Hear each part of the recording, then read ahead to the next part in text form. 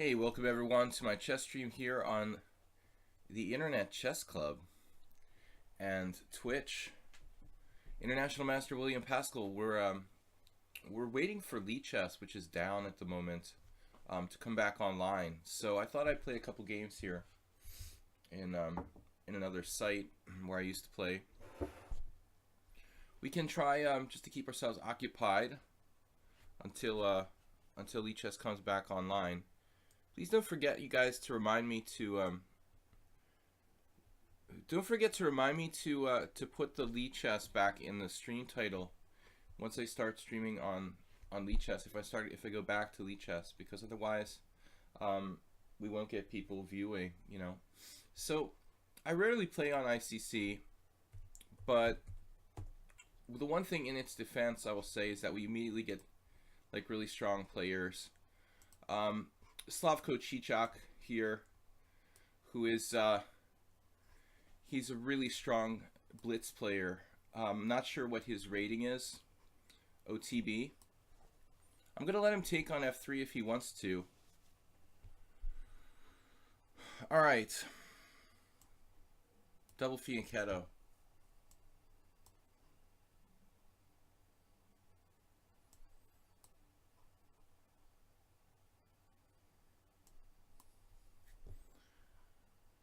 I'm not enthused. I wasn't really prepared to play such a strong player straight out of the gate here, and I'm not really enthused with this opening that I've got. I would expect him to play like rook e8 or rook c8 here. Played knight d4. Yeah, he's playing kind of like I've played before, and actually exploiting this e2 square that I'm aiming for bishop h6 on. Now, I don't know. It's possible to play like maybe bishop h6. Let him double my pawns. It's not really the end of the world. I think I'm going to let that happen, because if I take on d4, he takes on g2.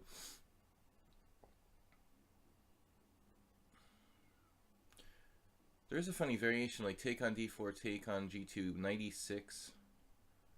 F takes e6, king takes g2, leaving him, but he's got a preponderance of pawns in the center there. I wonder if that's better or worse than this. All right, I don't know, to do bishop h6 and let him take on f3 or not, or just to play this crazy line with knight takes d4, knight e6, pawn takes e6, king takes g2, something like d5 there. All right, I don't know. It's very difficult to decide. I could just take back here as well. I mean, maybe that's like king takes g2, c takes d.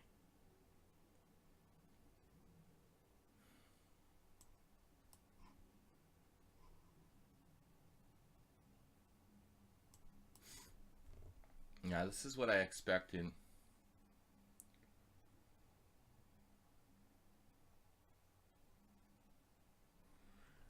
Now,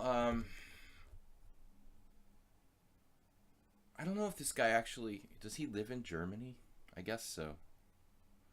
I thought he was in another country, like in Scandinavia or something, in Denmark. But who knows? People move around. Yeah, this is unpleasant for white, but I should be able to hold on somehow. Bishop h6.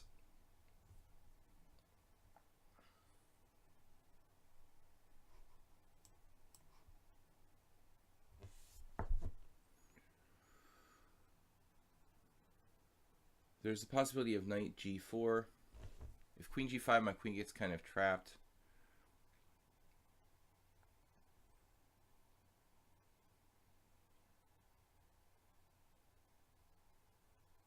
I don't really want to undouble his pawns. This is very, very difficult. And we're running out of time.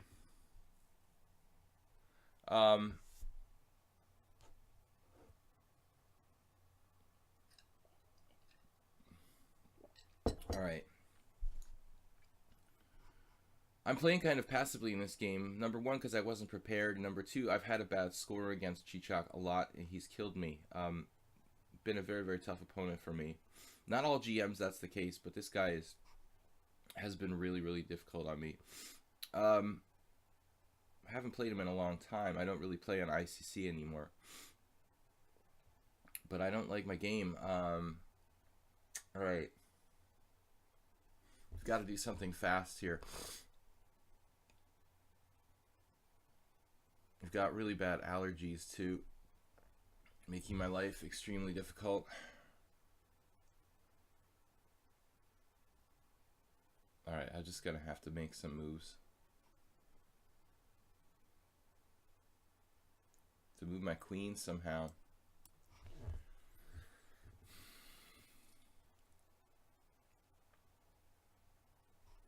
Connect my rooks and try to bring it over. I mean, he could come like here. I can't draw arrows the same way. Okay, that's just really annoying. How do I draw arrows while I'm playing? I can't. That's good. Alright, he's just going to flag me 4 minutes to 1. I keep forgetting I'm not playing with increment, but that's alright. It's fairly simplified.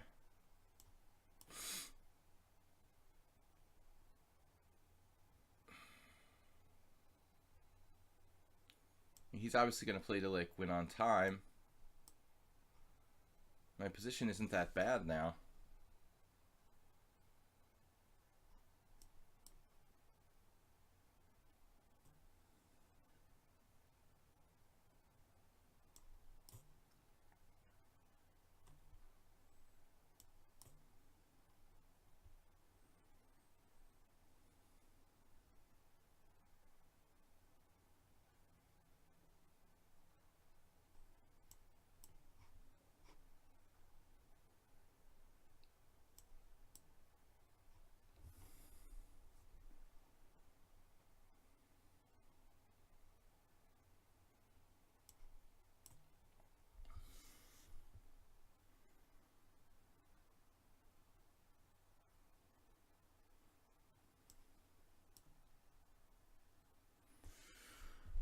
And it's like playing Magnus Carlsen. I feel like we're going to head for a queen endgame, 7 pawns each, and lose.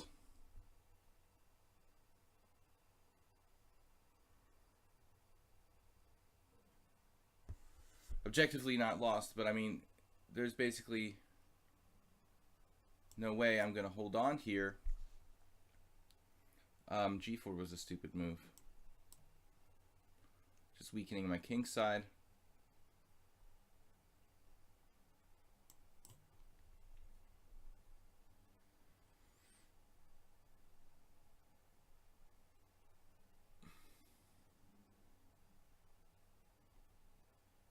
But he knows he has a win on time no matter what. Not a good first opponent for me. Straight out of the gate here. We didn't wake up.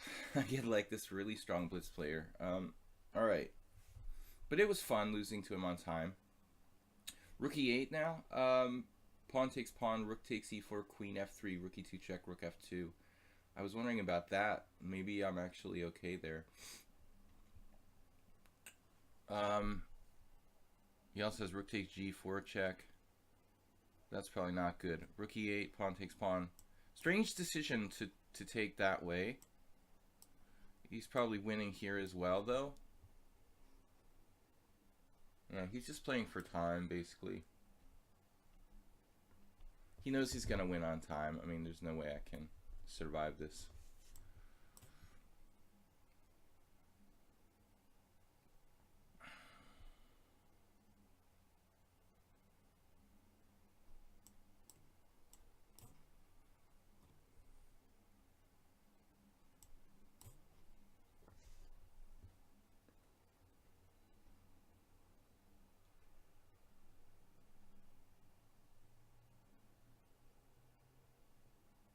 So I could checkmate him somehow, which is not really likely.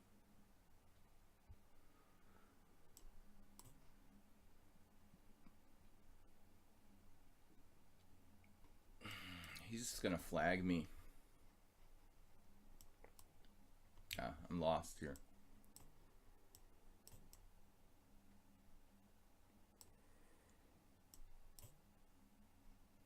All right, good game, man. Yes, I want to resign.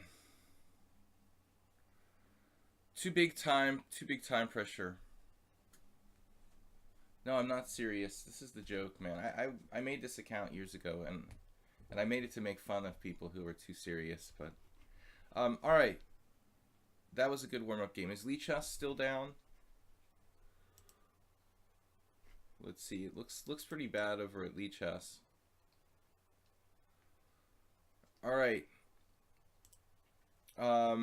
So Sauerkraut, he's like 2594. That's like probably one of the highest rated 5-minute players on ICC. If I check the best list, I can't find it.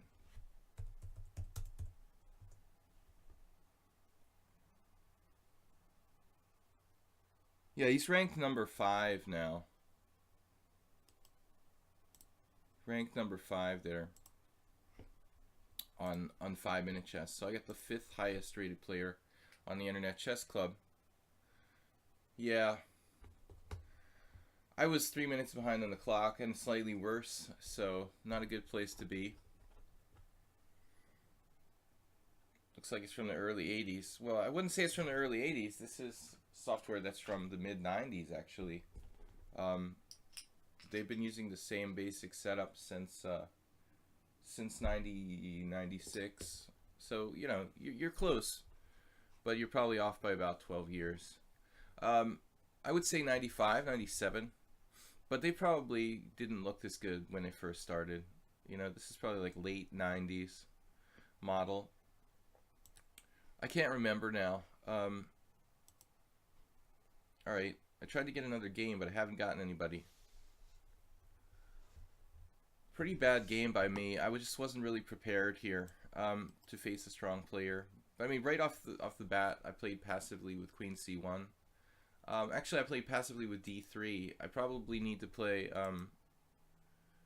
D4, but I don't. You know, I don't know the theory in this line that well. D4, pawn takes pawn, queen takes, castles, queen H4. So I thought I'd play something more solid, but it got me in a passive position. Is this Fritz? When I play, I hate chess. I hate chess.com. Chess.com is like filled with cheaters, and you play much stronger players on ICC. No, I wouldn't play on chess.com. I could play. I just played a 20, you know, a 25, like 50 Grandmaster my first game. I mean, that's pretty good. You know, you're not going to get that on chess.com. Let's talk about yesterday. You said considering that you should kibitz and commentating games. Now we get a 1900. All right. So Divyavatra, my question was like, should I commentate or just like, you know, commentate without playing? Curse Steph. You know, I don't have to play. I mean, I could just be a host and like commentate on the other players' games. That's what I'm talking about. We did a tournament yesterday on Lichess, and basically, wow, this guy knows the line. That's unusual. Basically, what am I doing? All right, I tried to get some info, but I got nothing.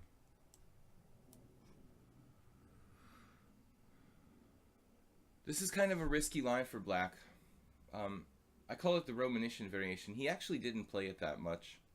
I don't know what else to call it, though. Boris Avrok has played this with black. Eric Lebrun. Lichess is down right now. This is not Fritz, dude. This is simply the Internet Chess Club, and this is the way my interface looks. But I mean, you can modify it, you know, different ways if you so desire.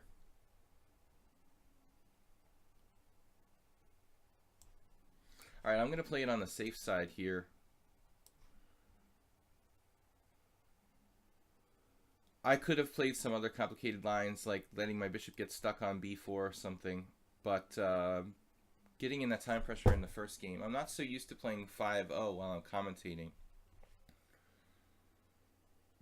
To commentate through the games, analyzing the other games instead of playing, I think so. I mean, it's a fairly fast time control, first of all. You know, 5 + 2, it's hard for me to commentate and play. So, next time we do a viewer tournament, maybe I'll just, like, you know, play a couple games, but, you know, only, like, I could play a couple games and then commentate on the other players' games for the most part. You know, I think that would be... the site where I'm playing now, the Internet Chess Club, the problem with it is that, you know, okay, I mean... Oh, we got a challenge on Lichess. The problem with there's a lot of strong players because they have free accounts, but you know, in the modern era of internet chess, I think most players don't want to pay for a chess site unless they're really getting something good. It seems like a lot of people are no longer, you know, buying memberships to Internet Chess Club. There are alternatives like Lichess. I have political problems with the owners of the site. I mean, I just have problems with them, and because I worked for this site for a while, I have interpersonal problems with some of the people that own it. But honestly, the site isn't that bad. It's a little antiquated. But there's a lot of strong players on the positive side, you know, so that's what I'm talking about.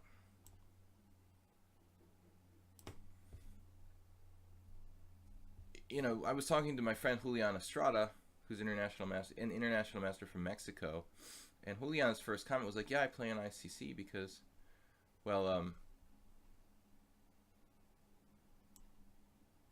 there's more strong players, more masters, which may be the case than, say, like Chess.com or free chess sites like Lichess.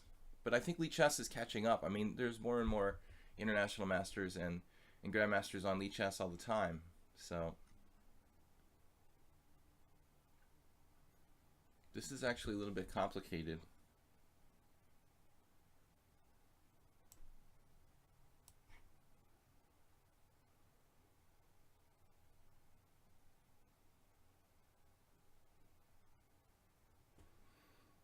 Man.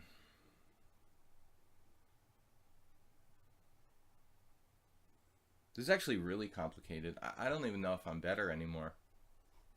The central pawn is so strong.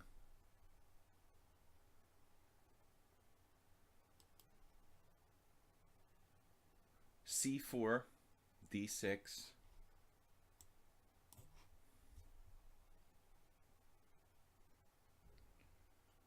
All right, we'll try to keep it from getting out of control.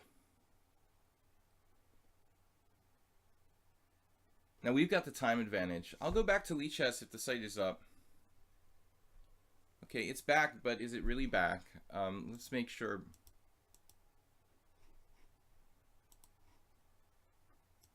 Let's make sure it's up and running before we commit ourselves to playing there. A4. Do I really want to play A4? Do you really want to play... Why not this? So many choices, you know. That's the problem with this game. There were like a bazillion choices at every move. I don't even know, man. I'm getting confused. I could have played like A4, C5, or B5. Now he finds this move, which is extremely irritating.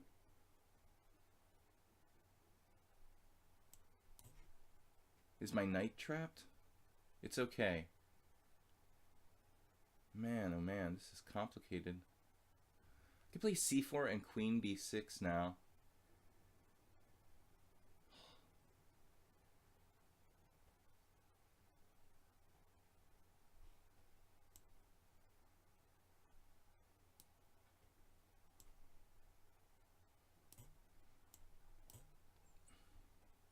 Nothing wrong with this guy tactically.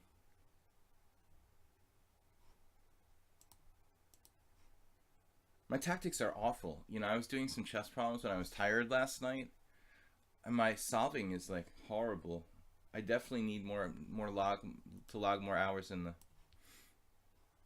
the tactics chamber. Baby. This is going to be sharp.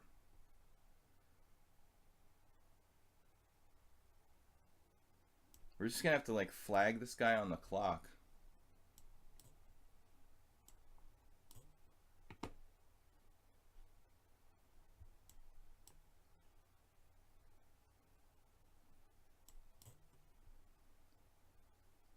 I don't even think I'm better here. I mean, maybe, but I have to be very precise.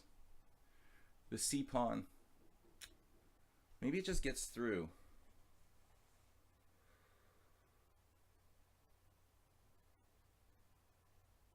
That might even be a good move.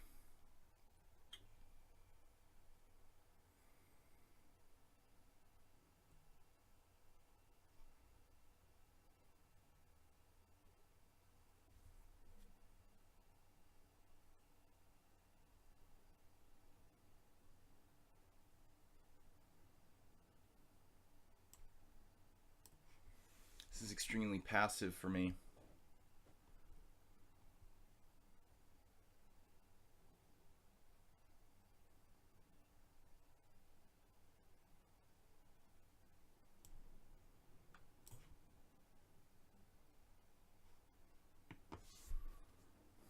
It just looks like he can maintain a blockade. I'm gonna only have a chance to win on time here. He's just totally freaked out.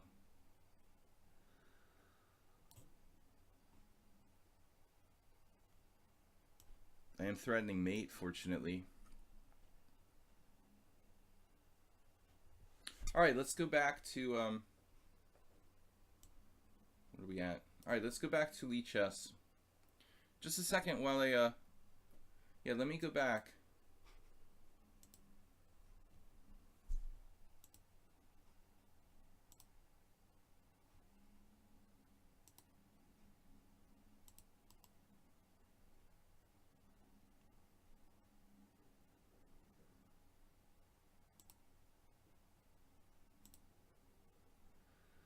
All right.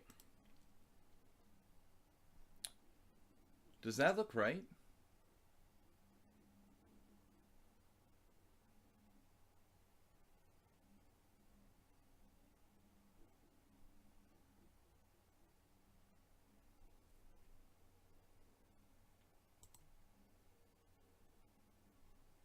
Does it look too small now?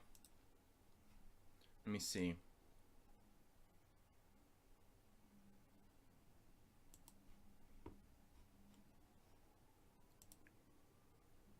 The board looks a little small. I guess I can resize it.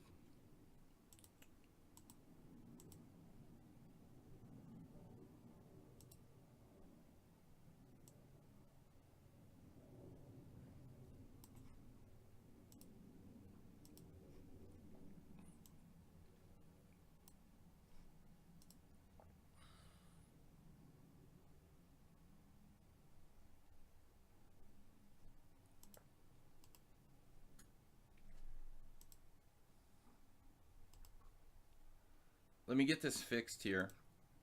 My video capture device is not working. All right, there. Now the board, does that still look small to you guys? Looks huge to me. Sleepless.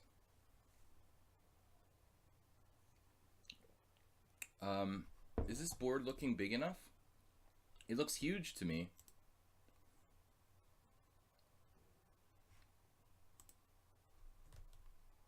All right, we'll leave it like that. For now. I think the setup looks different than the way I had it. Actually, maybe my... How can I change this, actually? Guys, does this look okay? I've got, hold on a second. No, I've got to move it. Damn, there. I can make it bigger on Lee chess, actually.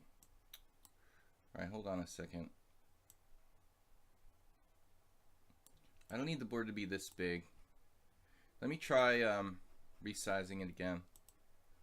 It looks too big, I think.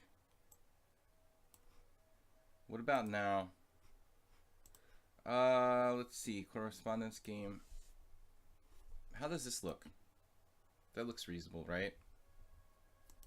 I had to reset everything because I had played over there on ICC. Alright. Tools, analysis, board play. Alright, so we had a couple warm-up games. Crazy stuff. Alright, we got challenges from our subscribers first. Dilyavatra, the only subscriber in the list. Save a dog. Let me know if you guys are subscribers, secret subscribers. Protagon. You don't usually challenge me. What's up, everyone? We had a... Actually, I overslept by 5 minutes today. I have to admit, but I lucked out because Lee Chess was down anyway. But Dilyavatra, actually, he like turned me in. He was like, Slaggy overslept. And I was going to be like, oh man, how could you do that to me? His weakness seems Benoni type of positions. You think it's still small? This is pretty typical. Maybe I'm reading old comments. Okay, so let me know. Whoops. Why not e6? Yeah, e6, it's passive, man. You know.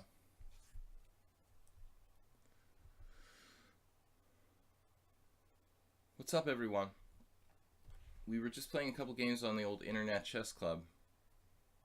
But I don't like supporting that site politically. They're not as bad as chess.com, but I don't really like them. They kind of screwed me over, so. But I did play on the site for like 20 years, off and on. I feel comfortable with the interface there. I know it looks like it's from the 90s. It is. But you can still get really strong players, so that's the benefit of playing over there. I love Lee Chess, though. Alright, Dilyavatra, it's c5. No Grunfeld. I've never had a very good relationship with the Grunfeld. I did try to play it. It was actually my very first defense to d4. And it did alright for me until I got to about 1900. And then for some reason, I'm not really sure why I stopped playing the Grunfeld. I guess I just discovered the King's Indian and liked it better. I mean, Kasparov was playing both in that like late 80s period when I started playing tournaments.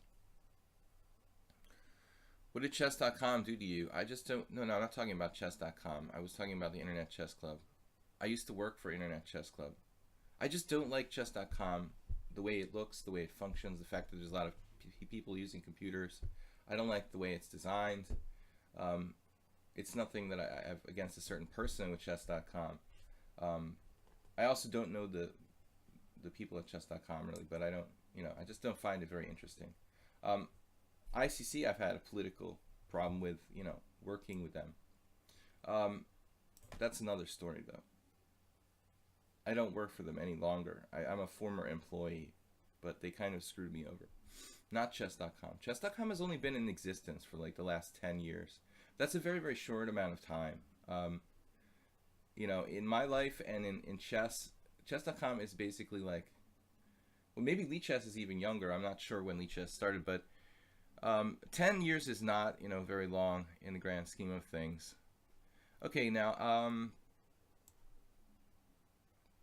e6 is possible here. I'm just going to transpose to Rossi. This is not the best move, but it's the most comfortable for me because I feel so used to playing these type of positions anyway.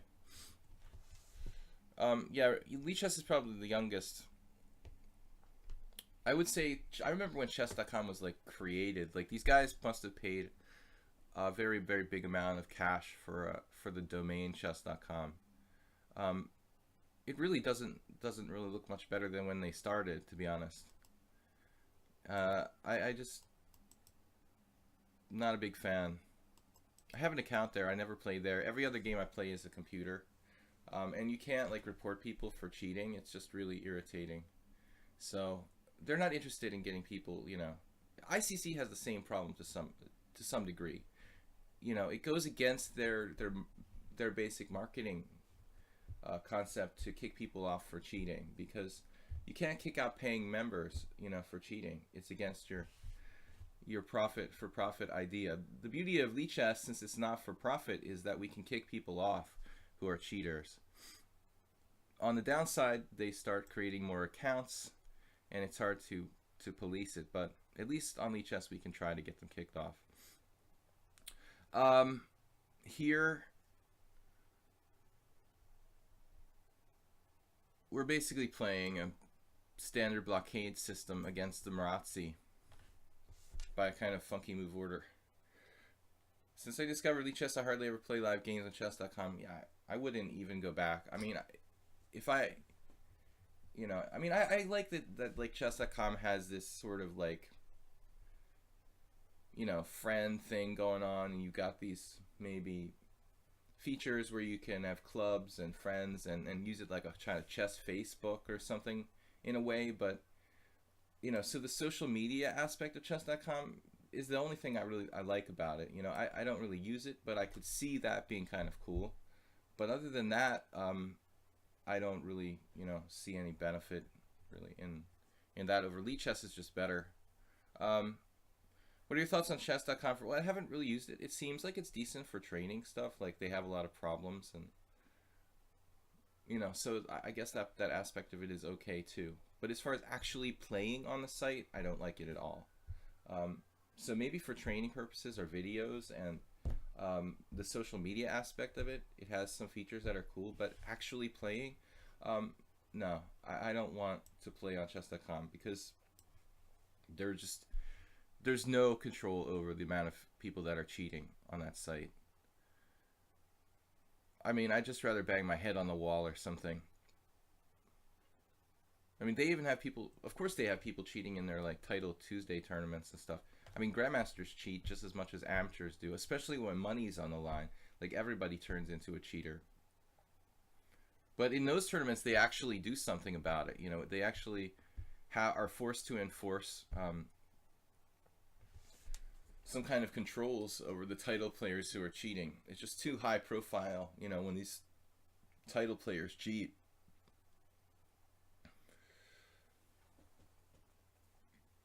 Back in the days, I mean, the ICC used to have tournaments even 20 years ago. I remember when Zarnicki was accused of cheating. There have been a lot of grandmasters who cheated in tournaments on there, or at least they've been, accused of it. Maybe not proven guilty beyond a shadow of a doubt, but I think that the days of tournaments online are very much limited or over. I mean, you're just trying to do something that's maybe impossible, I mean, maybe it's just impossible to prevent cheating in online chess tournaments, and so we should just forget about it and concentrate on other things. Queen takes d4 here. I mean, white has some spatial advantage. This is a typical game you might get with a computer. I guess white's a little better, but it's like kind of hard to play for white. It's actually hard to play for black too. I had a similar game to this in June. I don't know if I should trade queens, but he has some attacking chances against my king here in this kind of ending, so it's usually safer to get the queens off. I could win an ending. I've won a lot of endgames with knight versus bishop against weaker players. I mean, stronger players are usually going to hold a draw, or maybe even get a slight advantage with white in this kind of position. But it should be at least a draw for white. Computers made everything better for humans, only chess didn't really benefit from it. Yeah, I don't know about Dlugi. I don't know the story. I mean, it's hard to believe that Dlugi would cheat, but then again, I've seen other grandmasters cheat. He was just a fantastic live bullet player. I mean, so who knows, but this guy was retired from chess sort of informally for many, many years. I mean, anything's possible. I would kind of be very skeptical that he cheated, but at the same time, it's like I wouldn't rule anything out, you know. Um, I've seen too many things happen with like online tournaments. I remember there was this one online tournament maybe like 20 years ago or 15 years ago. Yeah, like 15 years ago. Wow, he played rook d4. And I was, of course, not a party to this, but later I heard the story that for one of these big online tournaments on ICC where they had prizes, there was one group of grandmasters who actually created a team of players, okay? They had a team of players, all GMs, who were alternating during the game, okay? So you have like 5 grandmasters together in a group, and each of them was like a specialist in one aspect. So they're going to play these games collectively, and one of them was like an endgame expert, one of them was like an opening expert, one of them was a middle game expert, one of them was like, you know, a kind of like, I don't know, captain or something. And so they had like 5 guys playing under one account to try to win this like big online tournament. If that gives you any kind of indication as to whether like people cheat in online tournaments or not, I mean, I'm pretty sure I didn't actually see it happen, but I got this from reliable sources, so it gives you an idea of the lengths that people, including grandmasters, will go to cheat in an online format. That was 15 years ago. I mean, without, you know, as much capability as people have now to cheat, because I mean, there's certainly stronger engines at this point. I'm getting a little bit nervous here, honestly. You know, he's creeping up spatially. What was my last move? Knight d7. He played f4.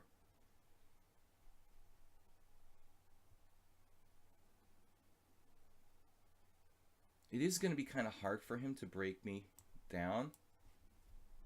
But I mean, I want to watch out for bishop g4. He's got a huge time disadvantage. Ironically, he was flagging me yesterday in 3-0. Wow, back to chess. Thank you for the cheer, man.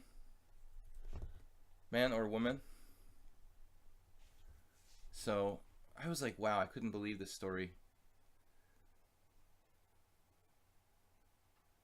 I don't know how it worked out. I don't think it worked out that well. My experience with people like colluding when it comes to online chess is that...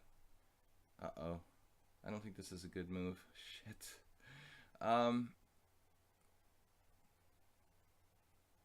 The problem with... what am I doing here anyway? I just don't know what to do. White's so solid. He can't be worse here. Damn it. I have 4 minutes to think about it.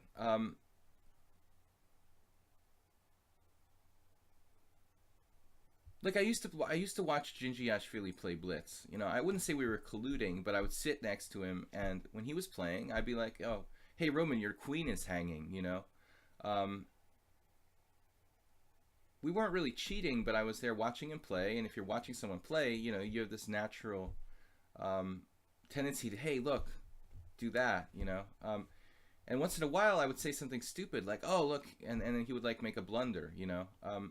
It's not really good when you know you have more than one person playing. I mean, it's hard for 2 people to kind of collude successfully because you're thinking one thing, the other guy's thinking another thing. I mean, if you played, it would be interesting to have the format where you had like 2 players have to make alternating moves. Have you guys ever played like a game like that? I don't know. I guess you call it consultations. It's like a form of consultation chess. But if you try to do that, it's actually really hard. Why can't I play rook c8 here? Yeah.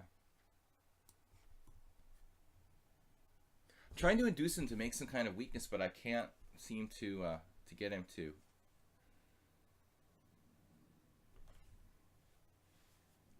People don't cheat. Cheaters cheat. Well, I mean, I'm sure there's people who have cheated like once in their lives, kind of felt guilty and then not done it again.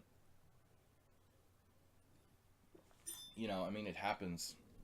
I'm wondering if I should play f5 here. Well, there's also king e8, though, which is kind of a weird move. I never imagined I was going to play this move. This was not the plan. But now, you know, that I see the position in front of me, I'm like, all right, we're going to go for it. we're trying to get the A file.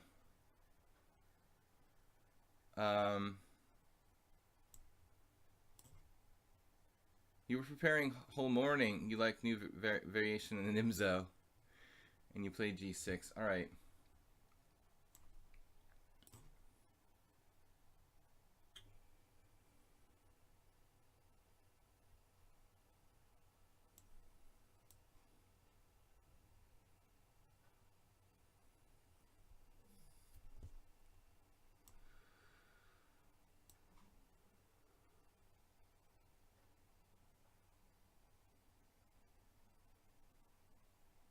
This is a good... I've never done this king transfer in my life, but...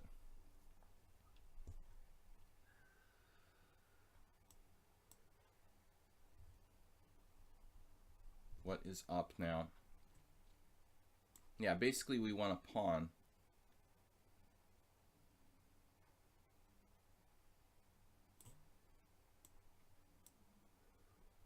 I think he had a better way to do it, where he might have been able to keep the extra pawn.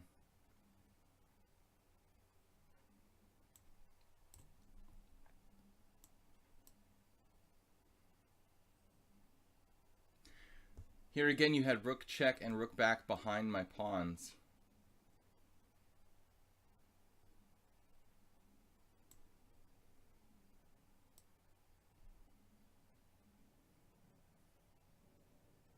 Maybe I should have played rook b5 there.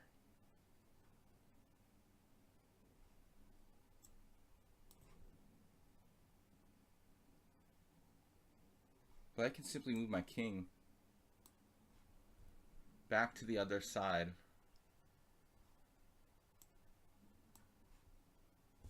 Then we can invade.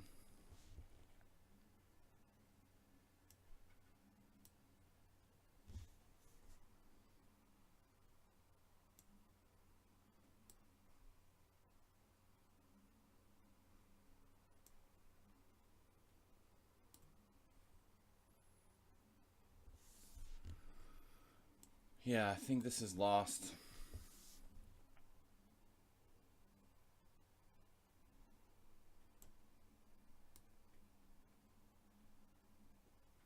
Let's not mess up a king and pawn in game like yesterday. I guess I'm gonna have to play for e6 here. Otherwise,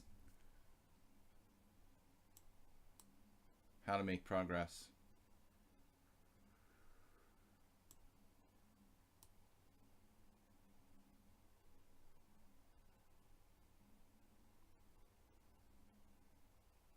Now I can play e5 check, creating a protected passed pawn.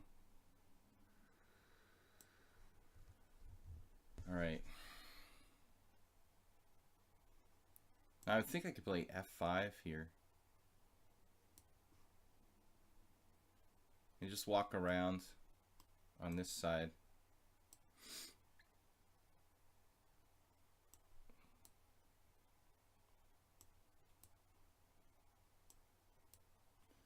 Yesterday I let him off the hook, but this is pretty straightforward. Little Pingwing, what? Lichess has issues today, like big issues. Yeah, we noticed that. I played 2 games on the Internet Chess Club for the first time in ages.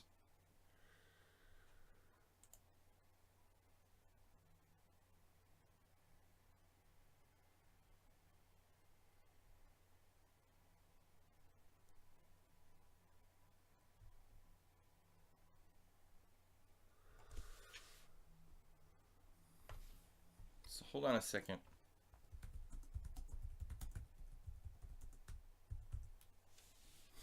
All right.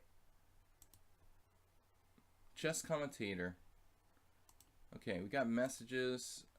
Ayeste, Aldisto, Master Freedom, Nefedov, chess commentator challenged me to casual chess. We'll get to that later. Back to basics. Haven't seen in a long time. How does the 2200 not see that this is lost? Slaggy's son, he doesn't see that this is lost because yesterday I messed up a king and pawn in game against him. Yesterday in a completely winning king and pawn in game, I let him draw. So why in the world would he not, play this one out too? If you saw how bad I played yesterday, you too wouldn't resign.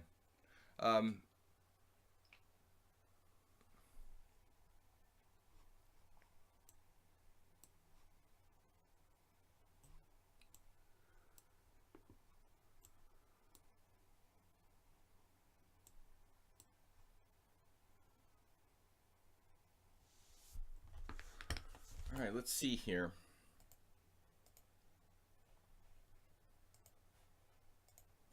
Just bear with me, guys.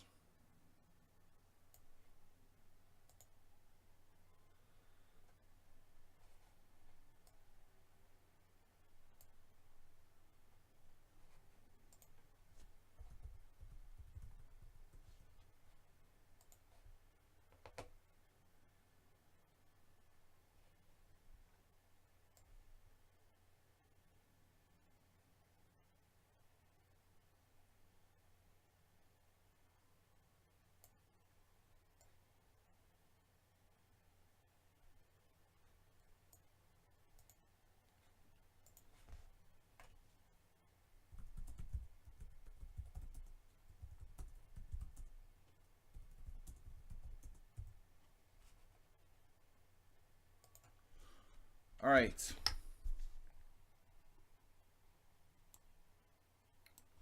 Sorry about that. I had to check something out on my other machine. I've got two machines here.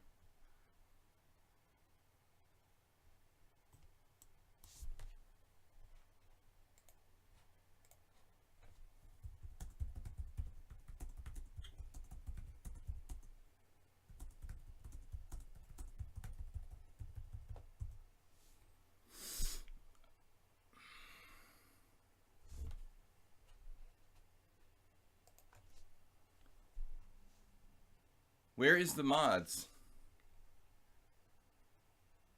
Do we need a mod for something? Blue Crow unmodded himself, and Jeroen's not always here, so, Oh, you guys didn't remind me. I told you to remind me. Yeah, it's not referenced on Lichess. I forgot to change it back, because Lichess was down. We don't have it up on Lichess. Thank you for reminding me.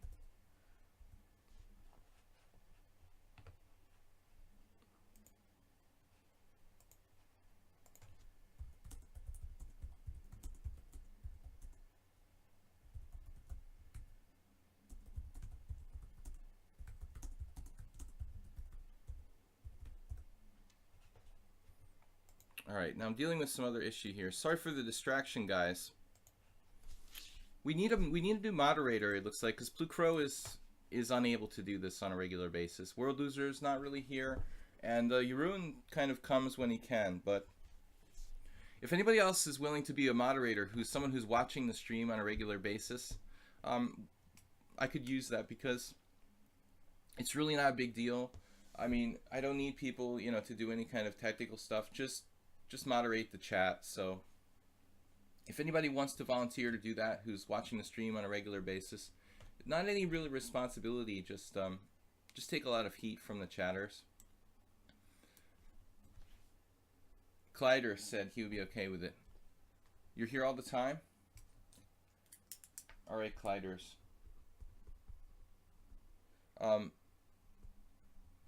What is your Lichess name, Kleiders?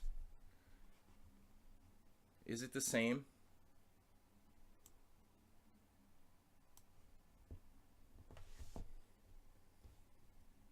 I didn't answer you yesterday about the tournament and stuff. Yeah, oh man, my life is a chaos since I had to move back again. I've got all kinds of different stuff. I didn't even answer people who were like talking, about like taking lessons. I didn't even answer my normal emails. Basically, I've been so busy. Back to Chess just subscribed, man. Thank you. Hashtag free Kappa. I remember that. Okay, Kleiders.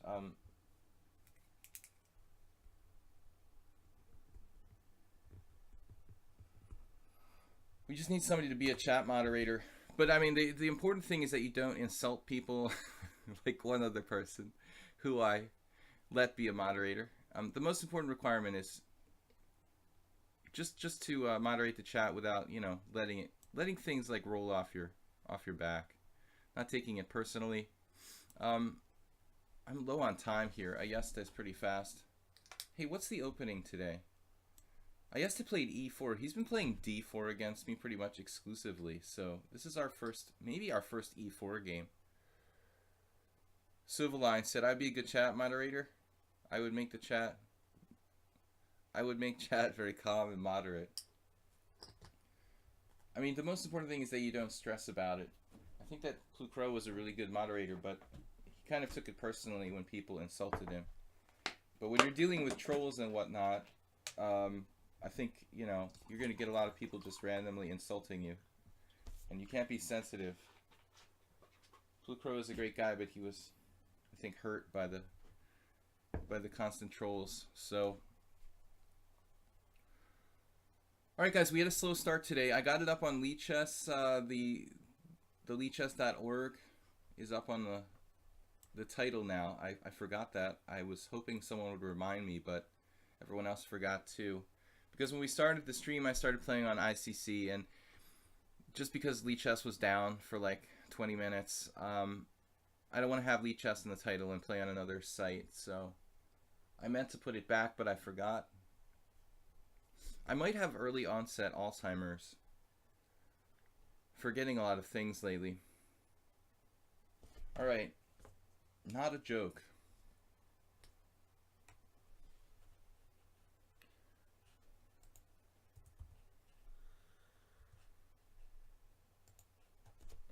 The bot's from Uganda.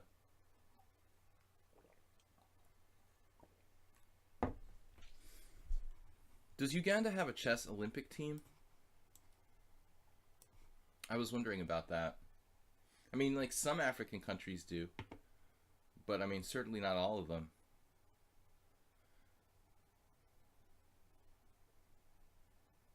I had an interesting job offer today.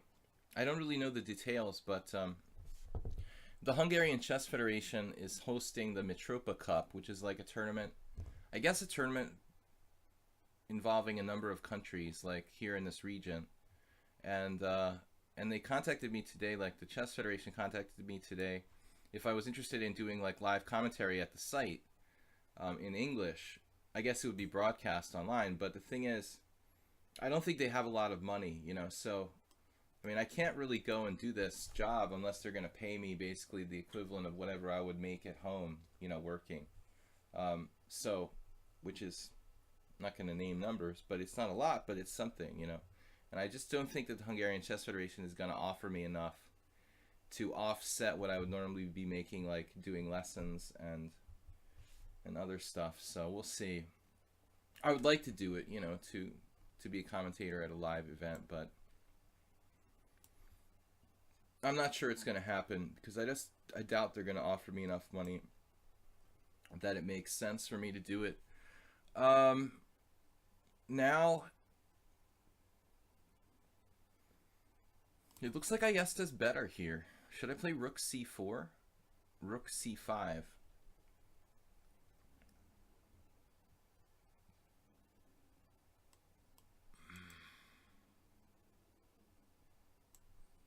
This is actually getting a little unpleasant. Shouldn't have done this. Can I play Rook C8? Why would I want to anyway? I'm gonna have to play this move. This is better for white now. I guess why didn't you play E4 before? My play was a little too routine here. Typically, I would have been a little more careful. I don't like this structure where I'm backward along the E file. Try to avoid this. We had the same thing against Divyavatra, basically, but a little bit of a better situation where white had a bad bishop in that game. Though I think that black should be okay here. I'm in a passive situation. So we're probably fighting for a draw.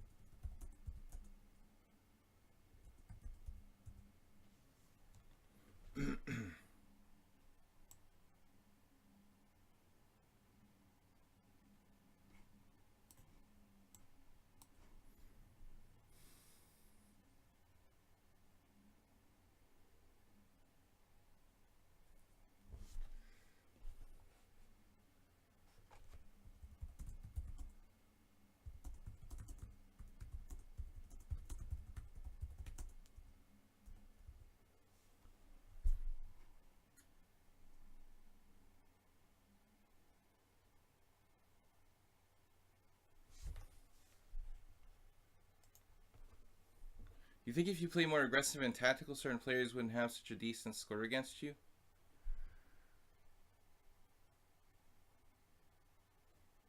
Well, remember, I mean, I'm commentating, guys. It takes a lot of energy for me to like talk about the game, and you don't really factor that in. It's hard to factor that in.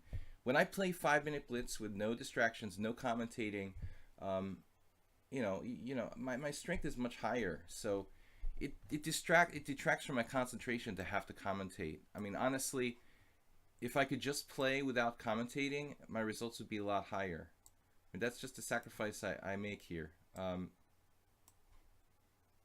But I mean, to say that I would have a better score against certain players, I'm not sure. Some cases, yes. I would have a better score if I didn't have to commentate while I'm playing, and that's certainty.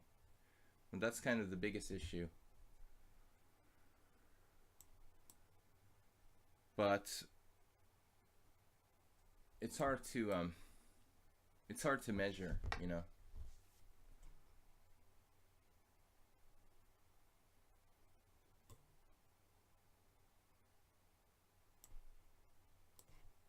Trying to get some activity here.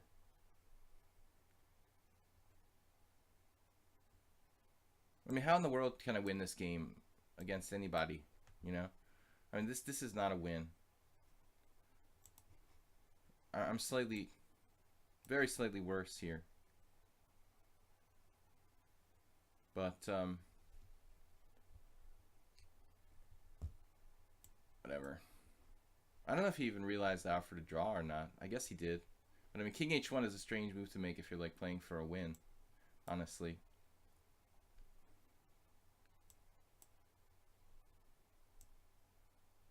No, I don't really want to trade queens like that.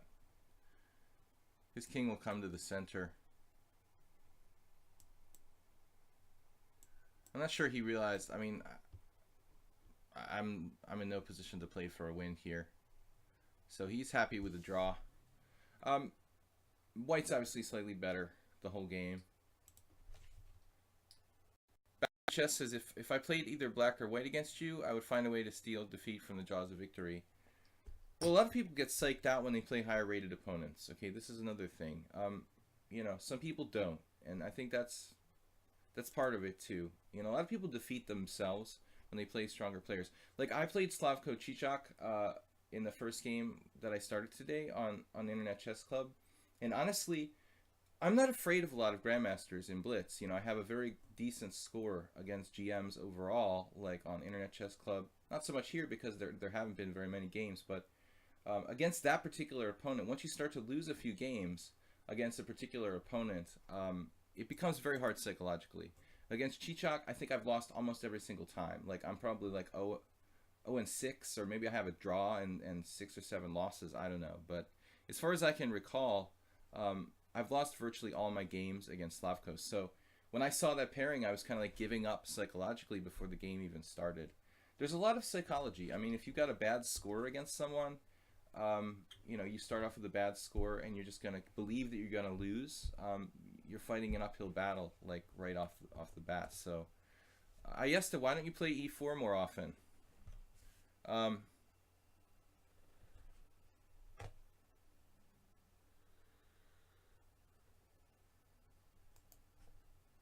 Yeah, I don't know, man. That guy's monstrous and very creative style too. So who else do we have here that's subscribers that are challenging me? Sanalitza. I saw that Slavko Žižek was in Germany. He's listed as Germany on ICC. I guess that just means your location is Germany. I thought he lived in some like sort of other country like Denmark or something like that for some reason, but I don't know. Been a very tough opponent for me in my 5 or 6 or 7 games that I've played with him over the years in Blitz. So Nefedov, you were challenging earlier. I lost your challenge. Who else do we have that are subscribers? Little Penguin. Who else wants to play that are subscribers? If you challenge me first, I'll play you guys. What is that? Back to Chess gave us a cheer for 100. Thank you. And we got a subscribe from Back to Chess too. So Aldisto, I don't know if he's a subscriber or not. I don't think so. You'd be the first player to play that's not a non-subscriber. Chess commentators challenged me to correspondence chess. I think we had Nefedov. We lost him. Save a Dog. Are you a subscriber? Because if you guys are subscribers, I'll play you first. Back to Basics, I haven't played in a long time here, but we have played a lot in the past. People were criticizing me. Actually, Yellow Dragoon, who's also a master strength player, was criticizing me for not playing an e4 against him. And I was thinking, actually, he's right. I think we've played like 10 times, and I haven't played e4 against him. Well, Hexery, the commentator job, the problem with it, yeah, I'm theoretically like doing a commentating job maybe would be good advertising, but you know, the problem is it's like the Hungarian Chess Federation, and they're really kind of clueless like with like media, and you know, even if I do this job, I don't think that a lot of people are going to watch their broadcast, you know, so this concept of doing it, you know, for advertising is kind of not really applicable in this case. But, you know, I just have to pay the bills. So, G6, yeah. I don't know, Mitropa Cup, it's like a tournament with like 4 countries. I'm thinking like Slovakia, Hungary, and 2 others. At least 4. This is Pan of Attack. So, yeah, I mean, I'm not greedy. I don't want them to pay me a lot of money, just enough to like offset my normal income. Of course, it would be nice to go to the Balaton. I think the tournament's at Lake Balaton. You know, but I just don't have time to take a 10-day vacation and not work. So I don't know what I'm going to tell them. I'm going to tell them my price, which will probably be out of their price range. C takes D5. My price for doing the commentary would probably be like as much as like an open tournament first place or something. This is a team competition, by the way. It's a Mitropa Cup. It's like a team competition between countries. Are you the only Hungarian chess streamer? Well, the only chess streamer located in Hungary, maybe. I don't know. If any of the Hungarian guys do a stream yet. I'm really not sure. I haven't heard of that, but I would be surprised if they didn't do it in Hungarian. Somebody should at least try to do it in Hungarian. There's just not that big of an audience, obviously. But I would think that there would be room for like 1 or 2 Hungarian chess streamers. I was actually thinking of encouraging one of my friends to do it. My Hungarian's too weak to do commentary. You know, at least as like a host. I could probably go on a show where someone else, you know, go on a broadcast where the others were speaking in Hungarian and be like a kind of like, you know, person who added some commentary on the side, but I couldn't host a show like in Hungarian or something. My Hungarian's just not good enough. I could just kind of say some words sometimes, but they want somebody to do it in English. Anyway, back to basics here. This is almost like an E3 Grunfeld kind of position. I'm not sure about bishop g4. It's not a bad move though. He can give up the bishop here and still be pretty much okay. I think white has a small advantage with the bishop pair, but it's not that much. Lajos Portish should do some streaming. Lajos Portish, the last time I saw him was 2000. I want to say 2010, and he was still holding his own. But I think he's probably, you know, getting up there now. That last tournament in 2010, he beat Beliavsky in a beautiful game that I've annotated on my. I've actually annotated it on my my YouTube channel. I did do the game Beliavsky versus Portish versus Beliavsky, and this is like basically one of his last games. I mean, I don't think he's really played a tournament since about 2010. think he's, he's getting to the age where he probably can't really play competitively at all. So, I don't know. This, the Polgar sisters, I noticed Judith is getting into the commentary thing. Alright, knight c6. Yeah, this is a very reasonable way for black to play.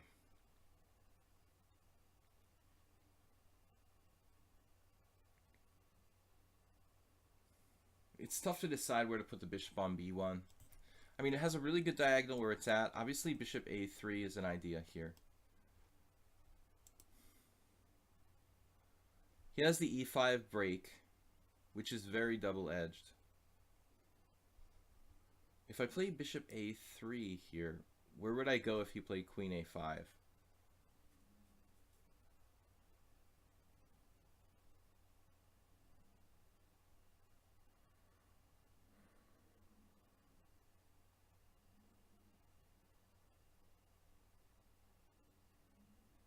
I'm seriously thinking about rook e1, e5 for black, how risky that is on many levels, but at the same time, weakening f7.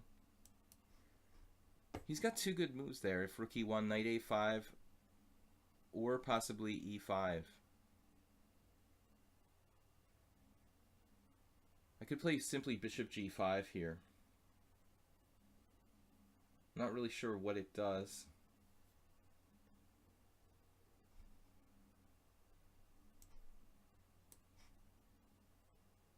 Difficult to decide on a move in this position. I mean, black is better structurally. I have the bishop pair. I want to put pressure on maybe e7. I was thinking about trading this bishop off, but I don't know. I had to decide on a move. I mean, bishop a3 looked kind of weird after queen a5. Rook e1 doesn't seem to really do anything. And other candidate moves didn't really appeal to me. Ivan Sokolov and Yasser are doing some good commentary. I didn't realize that Ivan was into it. So he's a great player, and he obviously speaks English really well. As a foreign language, it's not that easy to find native English speakers that are good. I mean, I had an extended conversation once with Ivan Sokolov, and as I recall, even back then, it was a long time ago, his English is excellent. I mean, he does have an accent, a pretty strong accent, but his command of English is quite good. So, e6, yeah, he's trying to play super solid here. My original intention was something to do with maybe bishop f6, but I mean, the more I think about it, the trading pieces is not gonna really do anything. I think we can stop thinking about this position in terms of like the bishop pair, objectively. I'm more concerned with the pawn structure. Can I really get any attacking chances here? h4, h5, is that realistic? I have no pieces to attack him with, basically. But I am happy that we've seen at least e6, so that means he's probably not going to play e5, which is a more dynamic plan. This guy is a very solid player. We haven't seen him that much on my stream, but I have played quite a bit with him. What's your plan in this position, King Wiki? The plan would be to stay as active as possible, keep my weak pawn on c3 protected while trying to generate some kind of threats on the king's side. I mean, that's my general plan. Try to offset my weakness or defend my weakness without getting overly tied down so that my pieces are passive, What I really want to do is to defend this pawn actively, if that's possible. Since I really can't ever play c4, my plan was to play something like rook e3 maybe and start thinking about like h4, h5 and attack on the king's side. It's not looking very realistic here.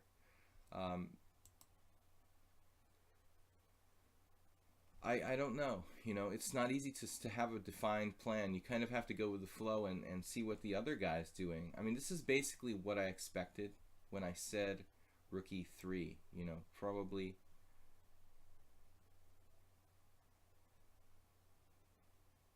This is what I had in mind. Because the fact of the matter is that this pawn is going to need protection. But it's a little clumsy for white, my whole setup. I mean, maybe we're thinking like bishop f6, h4, h5, can get the rook over and start, you know, doing something there. Because I needed another piece, at least, on the king side to have some kind of threats against his king side. That's why I brought the rook over and in. But I'm not a huge, you know, I'm not a huge fan of these kind of semi-Tarrasch or Tarrasch positions where I have the isolated or hanging pawns.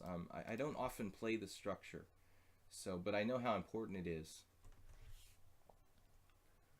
G4, H4, H5, H6, bishop F6. Yeah, well, okay, G4 is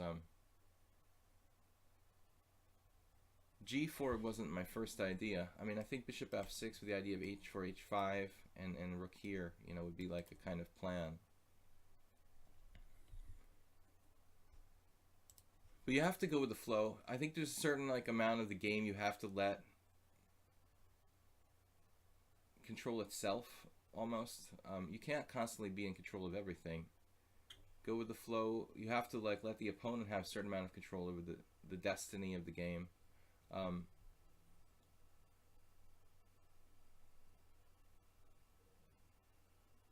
If you take certain players, they're very accustomed to this kind of structure. I don't have a very good track record with this Tarrasch type of structure. I don't play the Tarrasch. I usually play against it. So this kind of structure is kind of, it feels sort of awkward to me. I have played the Panov on a regular basis, not so much recently, but not that much against really strong players. I remember I lost to Oliver Mihawk, you know, maybe like 7 years ago in a game where I played basically a structure like this. And not being a Tarrasch player, I feel like kind of weird about those pawns. Like, it's such a liability to be tied down to these pawns all the time. Hey Clash Kid, welcome. World Loser, what's up? World Loser, it's good to have a kind of temporary moderator. Someone was asking earlier, where's our moderator? So, back to basics, really using a lot of time. Too much time. But I think you have to be used to pawn structures. And people who play the Tarrasch defense to the Queen's Gambit, for example, I mean, it's like they're so used to this structure, it's just falling out of bed. I really find it hard to believe that there'd be a really justification for not taking that knight. I mean, it could come in here, here. I'm thinking, should I play like rook e4, rook e2 or something?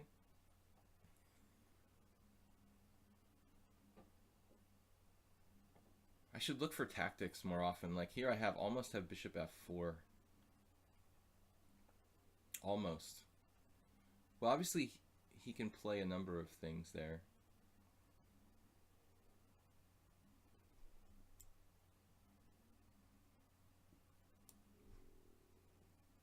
I'm not sure this is even a good move or not. I mean, Black has two candidate moves.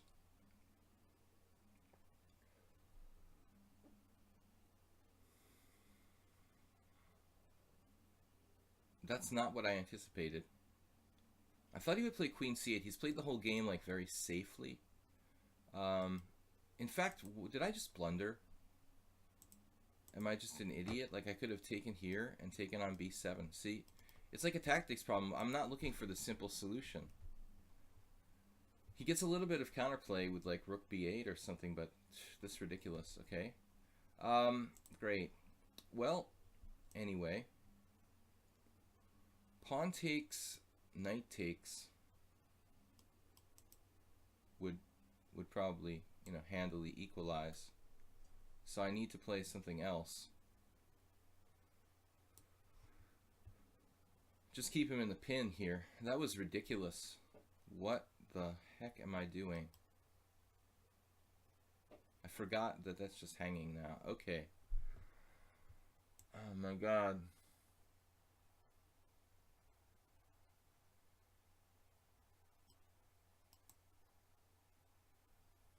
I totally forgot it was hanging. Oh no, it's a terrible blunder. E5, bishop g3. So what could I do here? I have to play... Well, actually, I'm screwed now. Like, I had to lose material when I played bishop f4. Bishop takes e5. Bishop takes e5. Bishop takes e5. Bishop takes e5. Bishop takes c4. I guess I could have gotten out of this. Bishop takes e5. Bishop takes e5. Bishop takes c4. Bishop h2 check. Yeah. So my last chance was bishop takes e5. Bishop takes e5. Bishop takes c4. I just spaced out. Now I lost an exchange.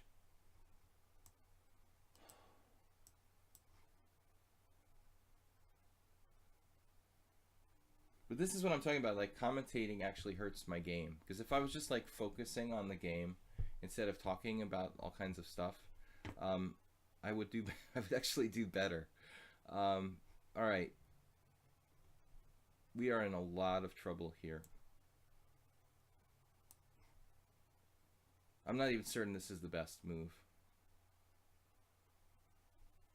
And I forgot something else. Now I can basically resign. Not a good game. Multiple blunders. All right. For the sake of completeness, I'm not going to resign yet, but I'm close to resigning here.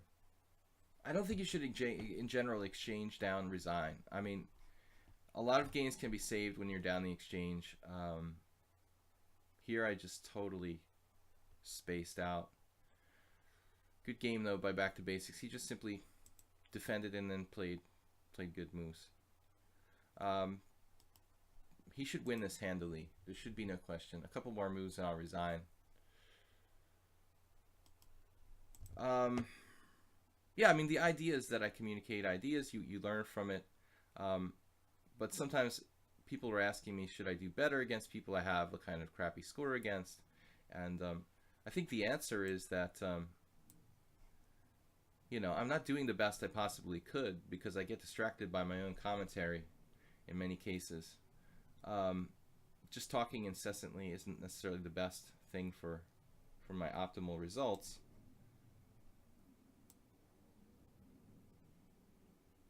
Now, another thing a lot of people do when they're on the verge of winning, they get nervous, you know, and this guy is not really getting too nervous.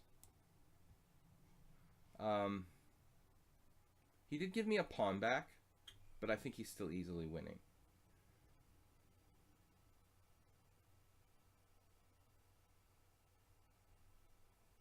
We're going to go for...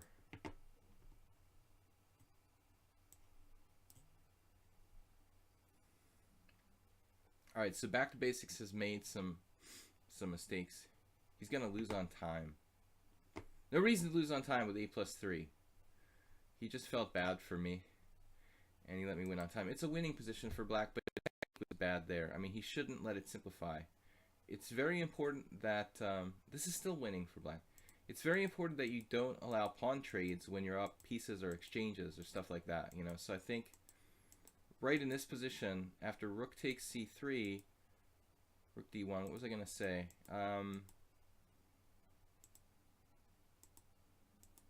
Rook d1, rook d8. I mean, I guess rook d8 is not a bad move, but I mean, shouldn't you go for this exchange of rooks with rook c1? So the basic idea, whenever you win a piece or the exchange, some kind of big material, not just like pawns, actually even when you're up pawns, when you're up a significant amount of material, the #1 rule is to trade pieces, not pawns, though. And then, so he doesn't trade pieces with rook c8, and then he plays this move. The problem with this move is okay, it's kind of a good tactical idea, but you're effectively like trading pawns. I mean, this is going to bring about pawn trades, you know, and that's not really optimal. So he lost on time in a winning position. I mean, this should be an easy win. But the more pawns you trade, the harder you make for yourself, and it's very important when you're up in exchange or a piece or a couple pawns. Trade pieces, not pawns. Clash Kid 7.5. Do we have any other subscribers who are challenging? Clash Kid, apparently I thought I could play. After he played e5, I blundered bishop f4, trying to be fancy. Instead of just playing bishop takes c4, queen takes b7, which wins a pawn. And I played bishop f4, and now after that I panicked and played, not panicked, I kind of hallucinated, and played bishop g3, losing the exchange. But I can play bishop takes e5, because after bishop takes e5, I have the intermezzo bishop takes c4. And that's the only way that I don't lose material in that position. Aren't pawns potential pieces?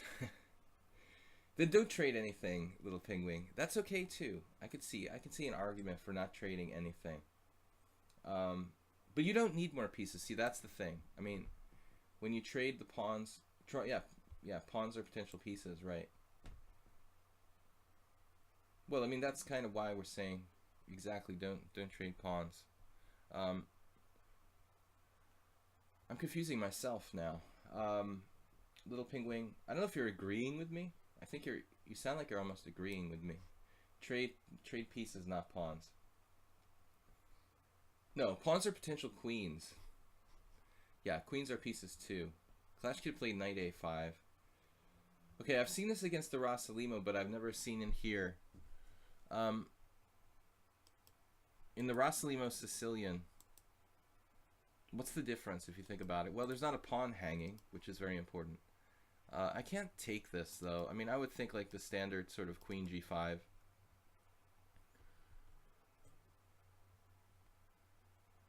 The standard queen g5 would be good here.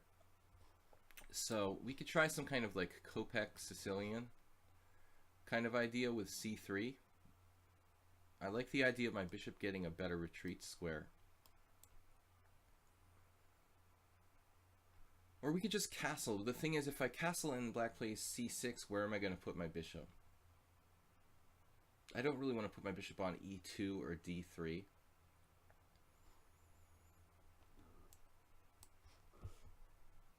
So, thinking about the position of my bishop, we wanted to go to like c2. But it doesn't interfere with the other pieces. Piece, we would call it like coordination of pieces. So if I put my bishop on e2, I have to castle my rook on e1. My pieces are all bunched together, and that's very important not to get into that kind of situation where your pieces are getting in each other's way. So I know this sounds really rudimentary, but you see a lot of master level players not realizing this, you know, consciously.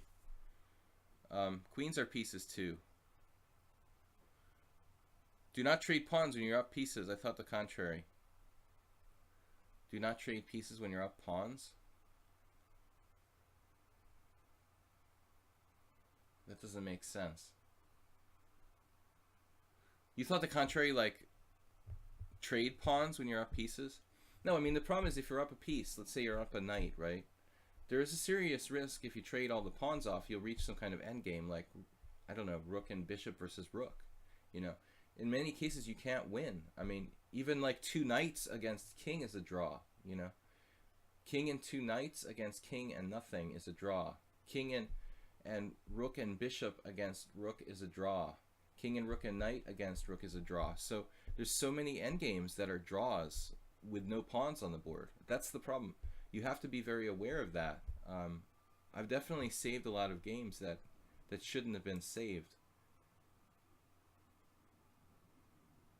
c5, I think this move inherently makes sense with the move knight a5.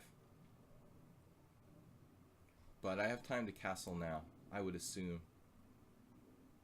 Because we have a live threat here. I mean, I think we're just threatening to take this pawn now. This doesn't exist anymore. There are probably other ways for me to play the position. I would expect a6, bishop a4, b5, bishop c2, d6, something like that. And it sort of resembles the Chigorin. It feels like it should be an improved Chigorin for me somehow.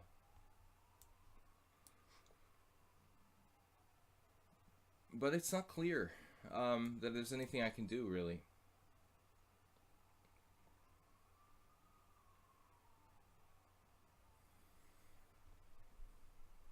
In the normal Chigorin, I mean, I have to play like h3 at a fairly early stage. So maybe we can do without like h3 or some move like that we normally have to play.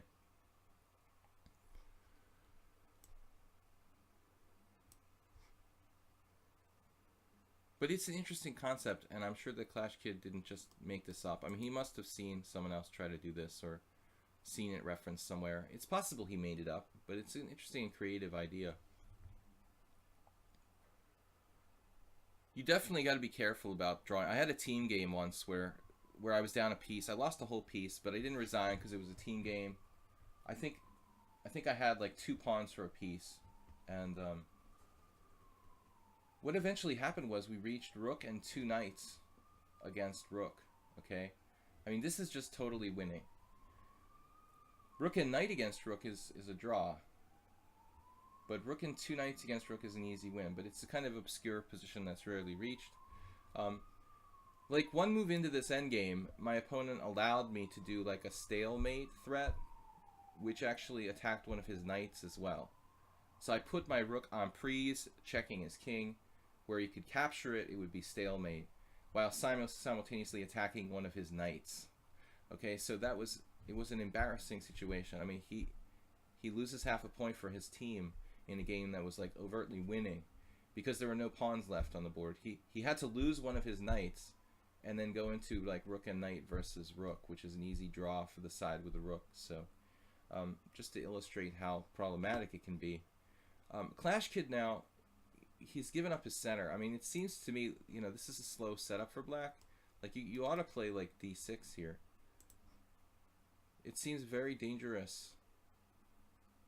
Maybe he has some kind of concrete idea, but black has given up the strong point on e5. With the knight on a5, playing this kind of sketchy setup where his king is still in the center, I would think it would be to his detriment to give up the strong point. You know, that's just something fundamental that you normally don't want to do. And if you do it, I would think you'd want to have like really active pieces to compensate. Now, this looks extremely dangerous to black, probably like lost already. So I could just develop my pieces with knight c3.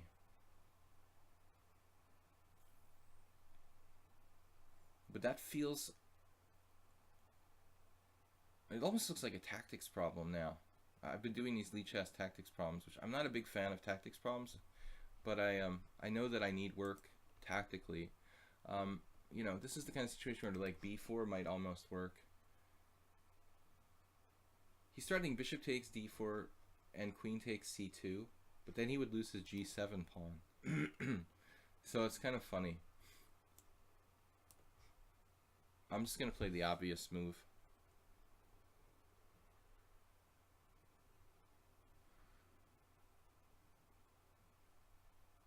So who won the tournament yesterday?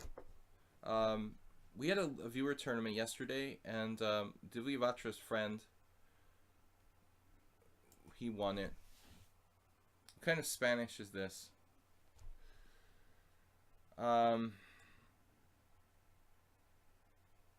Did you discover its expert case? Who is that? I don't know, but the guy's, you know, he played ridiculously strong yesterday against me and Yellow Dragoon. I mean, I don't think he's a computer, but he literally played 2 perfect games against me and Yellow Dragoon, where he had been berserking both games, you know? I mean, I don't think I can do that. So this guy's got to be ridiculously strong. He didn't impress me that much in the first 2 games I played with him, but yesterday he played like a machine. Okay, now bishop d2 is a really neat idea. it may in fact be bad because of b4. Um,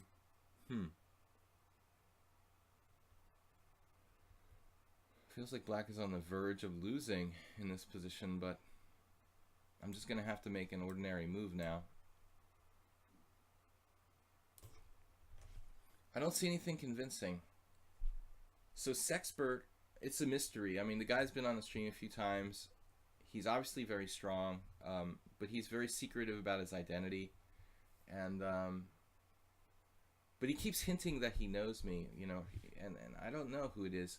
I suspected this Romanian guy who was a friend of mine, Nad Petre. But, I mean, if it was a friend of mine, why wouldn't they say who they were? You know, they're just trying to be funny. But this guy, you know, on Chess24, it says he's an arbiter, you know, like a FIDE arbiter. I don't think that Petre Nad is a FIDE arbiter. So I'm completely confused as to who this is. Okay, all right, well, I don't really like trading pieces here, but it saves a little bit of time.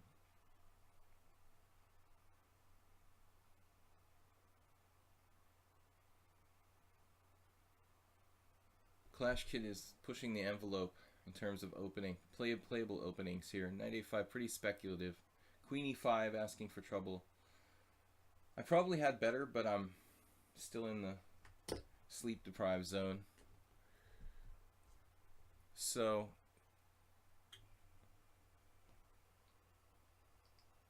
yeah, queen takes. I expected bishop takes. This is another tempo here. I also have b4. Well, I guess we can hold off on b4. He can't go back to e5 now. He just loses immediately. I guess it's just lost for black. I have b4 and bishop f4.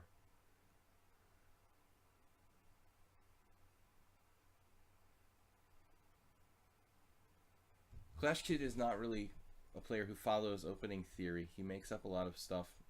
And I think this game got a little bit over the line. Gone a little bit over the line this time. But I like it. I like the idea. It's very creative. I think you just need to maintain your center. The only real problem is you probably just need to play d6. Excuse me. You probably just need to maintain a strong point on e5. I don't think you can afford to open up the position. It's 12 o'clock. I'm going to stream a little bit longer. Usually I stop at 12:30, but we didn't get started until a little late today, so I think we're going to go on until 12:45. Anything with 5 to 8 minutes with a small increment. My mic volume is low again. Okay, thank you for reminding me. I think there's something wrong with my audio settings on the machine. I'll move the mic closer, but that's not the ultimate solution. I've got to make a list of things to do, so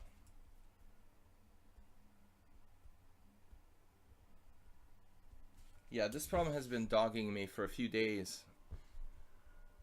Mic volume went down. It's probably audio settings in the machine, and I have to go check it out. Can you hear the church bells ringing at 12 o'clock?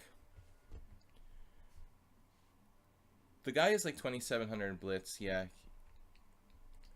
But he's claiming his FIDE rating is 2318, okay, on Chess24. Honestly, that's kind of low, you know. I mean, 2318 is kind of low for a guy who's playing blitz like this guy. If the guy's this good in blitz, I would expect his FIDE rating to be like over 2,400. That's a little weird. You know, normally a 2318, like an old IM or something, wouldn't be capable of playing blitz on the level that this guy played against me the other day. Berserking and crushing me with perfect play in 2.5 minutes. That's like a young player over 2,400 who's like super fast. So that's kind of weird and inconsistent in itself. You know, the typical old 2300 IM is not really capable of that. You know, I know plenty of them here in Hungary who are that rating, you know, so I don't know, you know, it could be anything. It could be somebody like posing as someone else, you know. Who knows? So it's just kind of mysterious. It could be a friend of mine, it could be someone posing as a title player. It could be, you know, they've just been so mysterious about it. I don't know. It's a mystery. Nefedov, who was trying to challenge earlier, maybe his rating 5 years ago was 2400 plus. That is possible, you know. This arbiter thing is really interesting because not so many people are arbiters. I mean, it says on Chess24 FIDE arbiter.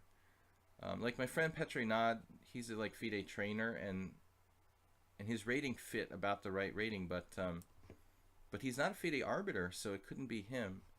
And you know, the guy claims he met me or knew me from a tournament in Arad, Romania in 2007, but I mean, he doesn't fit the rating for any of the players in that tournament. So what we're looking at is somebody who just visited the tournament. You know, he said he saw me, you know, so that implies like seeing me in the flesh. And I don't recall like a lot of people coming to watch. There's a few old dudes and stuff, but this is not a real old dude. Nefedov, I forgot we've been discussing this variation. Let's see what you got for me today. I'm just going to repeat, and our last game was... Actually, I didn't have time to talk about that.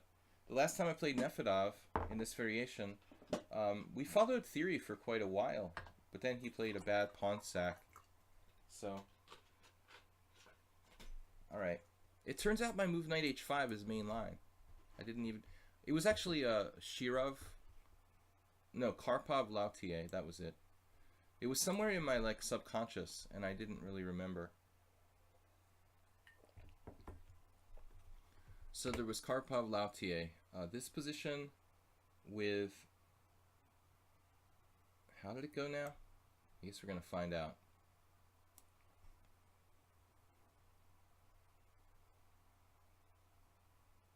Bishop d6, knight h5, right? Bishop d6, knight h5, and there, instead of playing knight takes knight, he made a mistake.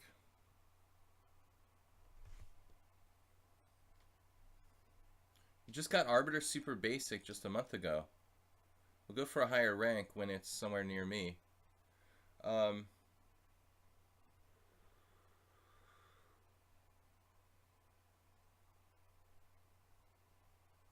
Blue Crow's here. Blue Crow, are you an arbiter as well as a moderator? Bishop d6. So this is 94 Karpov Lautier, and over the board, like, I didn't remember that. I just remembered this move and I played it last game. But apparently it was like the main line in the book wherever I studied this years ago. And when I analyze it, it looks like white's a tiny bit better, you know, but it's not that big a deal. Here I suggested knight takes h5, queen takes h5, g6, but that's apparently not the best move.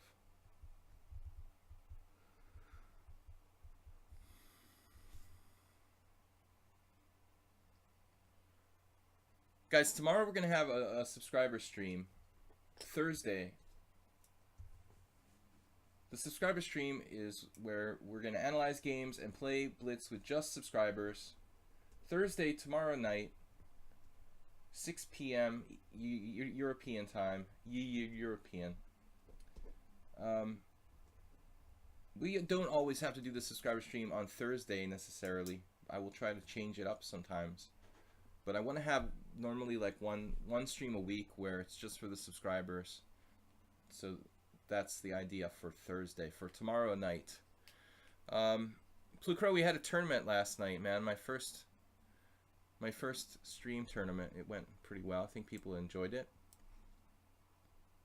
You didn't come by, right? Okay, so Nefedov must have looked this up because he found the right move. E4, knight takes f6, queen takes f6, queen takes f6, g takes f6, and this endgame is just a little bit better for white. I think this is right. Or am I wrong? Oh no, wait a minute. There's something... Yeah, this is right. Yeah, the point is queen takes f6, queen h5 check, queen f7, defending d5.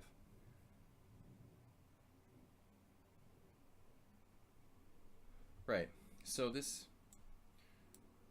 I guess was what happened in the aforementioned game, Karpov-Lautier. But if you don't know theory, I mean, I'll introduce you to this position. If we go back, the main line, this is kind of like the main line in the entire Schliemann, or what's it called? Janisch. So, knight takes d to e5. Knight takes e5 is the main line, but it's very, very complicated, and the theory is extremely deep and sharp. So I've always avoided it. You know, we'll see if I'll be able to keep playing this line or not. Wow, f5. F5 looks super aggressive. I can't recall if that's the right move or not. I mean, it makes sense to play f5. I want to undermine his pawn formation. If c4, a6, c4, a6, bishop a4.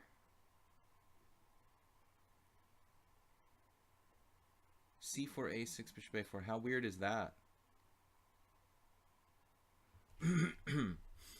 I don't have too much time here. I'm also scared of other stuff. Is c4 too slow? If I just play pawn takes pawn, which way does he recapture? Pawn takes pawn, I guess toward the center, like f takes e. And then if c4. It's kind of interesting. Okay, let's try this. Usually it's best to keep the tension, so I'm very curious what the best move is. I'm out of book now. That's as far as I knew for sure. But this is interesting with more tension than this releasing the tension move that I just played. I mean, who knows? Other moves like f3 might be possible, but it looks a little too weakening.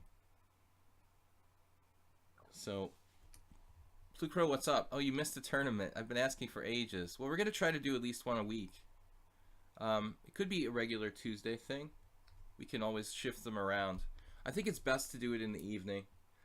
Although it's not, you know, forced. That way it's accessible to both the people watching from the North America. So he took the other way. Yeah, that poses different kind of problems. I'm a little bit bummed out about this. Obviously he has 3 pawn islands to my 2, but there's some technical issues here for white.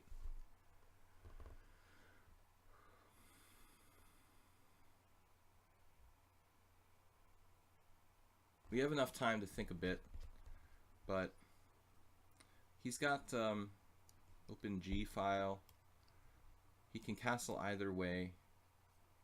Castle's queenside is safer. And f3, the problem is I'd like to play f3, but it's kind of weakening my own king side. Bishop e3. Bishop e3 doesn't really do anything, first off. What would Karpov do?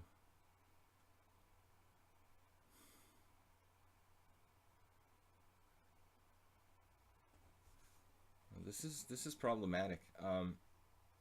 I really have to be careful here. Mobilizing all my pieces would be the best bet. Easier said than done, though. I could get in trouble down the G file. Blockading doesn't seem... It doesn't seem very easy to achieve. I really want to mobilize all my pieces. Bishop G5 could be an interesting move.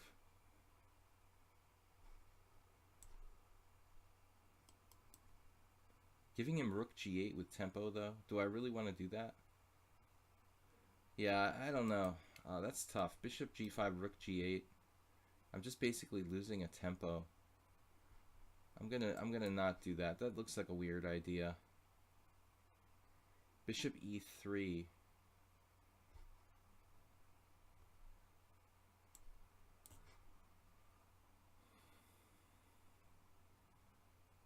This is a weird idea too. It probably would have been safest to play something like bishop d2, bishop c3. Okay, this is a lazy move from Nefedov. I mean, I think that he just wants to make a move that's simple and doesn't have to think too much. But I think he might have better. I mean, f4 is very interesting. f4, bishop d4, and then something like rook g8, rook e1. Maybe he calculated it didn't work. That's interesting. f4 maybe it doesn't work. So I'm taking and playing f3.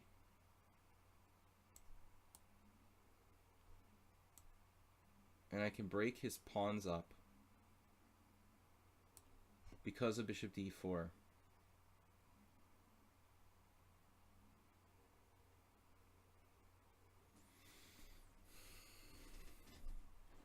It's not the first time in this variation he's going to end up with this really messed up pawn structure. And this is the point now.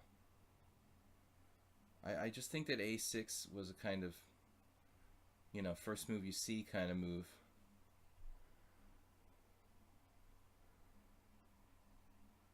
I mean, castle's queenside is a key idea to get out of the pin. I mean, I thought he should have found a better way to do this, because now he might have some problems.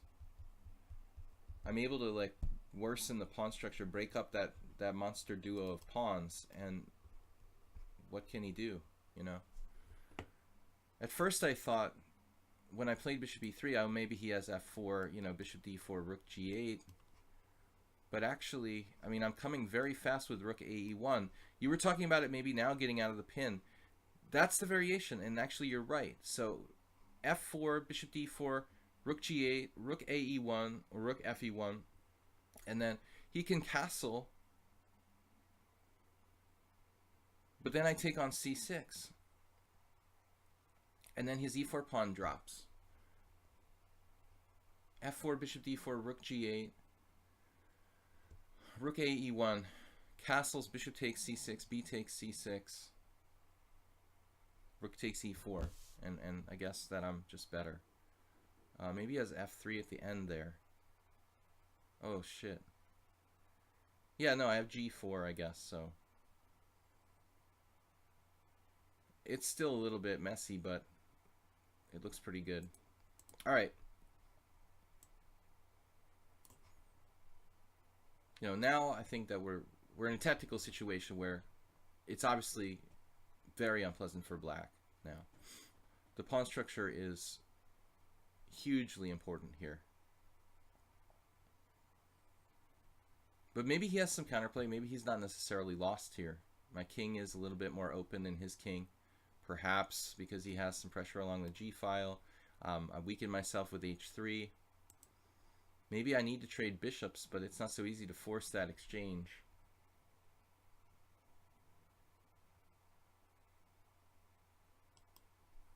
And exchanging bishops would connect his pawns, so we've got to be very careful here. Guys, I'm going to be streaming for another half an hour. If you guys want to challenge me, I'm playing the subscribers first, then the other players. If we're out of subscribers, we'll start with Aldisto and work our way down. Anybody following the World Chess Cup? Yesterday I named it the Erdos Arena. My friend Victor Erdos went through to round 2. They should be playing today, I guess, assuming there's no rest day. Any other results, any interesting results in the World Cup anyone noticed? You wanted to keep the king in the center. Well, fundamentally, I mean, that's a good idea, but I mean, in a position where he had a good structure and everything, you know, putting the king in the center would probably be the right thing. But it seems like here, with this ripped up structure and, you know, it's the Schliemann, I mean, he's playing for some sort of attacking chances against my king. Maybe he's done the best thing here to try to keep it like, you know, just focusing on connecting his rooks and getting open lines. And even though there's reduced material here, he still has some chances to attack my king because of the bishop on d6 and the g file. I really don't know what he's thinking about here. Rook e8, rook takes f5, rook takes e4. I mean, I'm just going to win a pawn there. Even so, though, he might have something. In that variation, like rook e8, rook takes f5, rook takes e4, bishop f2, rook e2 with compensation. I want to play bishop f4. But I also want to blockade his pawn, so...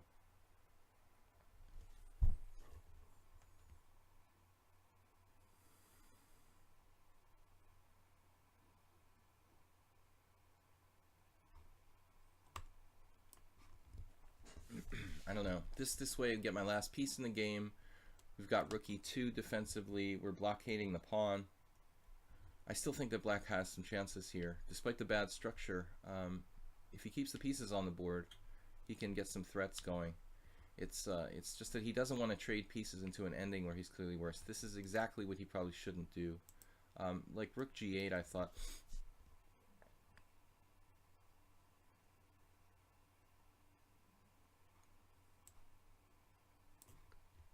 Okay, it's still not that easy for me to like win by force, it appears.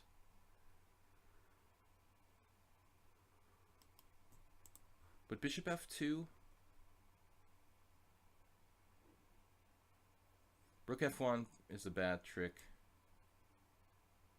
Oh no, bishop f2, bishop h2. God, this is actually much harder than it looks.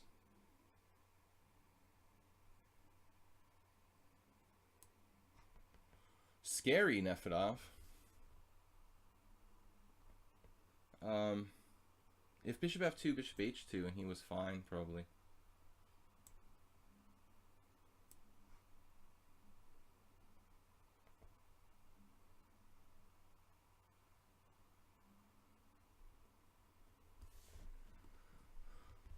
Not so easy for me to do anything, though. His king is coming into the game. It looks like black is okay here, despite the bad structure. Sometimes I just wish I was Capablanca or something. Alright. How about getting my king to the middle, like on e2? If my king was the blockader, that would change a lot of factors. How can I get my king into the center here? I'm extremely restricted. He doesn't have rook f4. He needs to play rook e8 here. That's not so bad for him, although he can improve his king to e6. I maybe have time to make little improvements to my position. As I said earlier, still I don't see the maneuver I'm going to make. How do I actually execute this? Like rook d1. Okay, I don't know if this is a good move, but it makes sense fundamentally.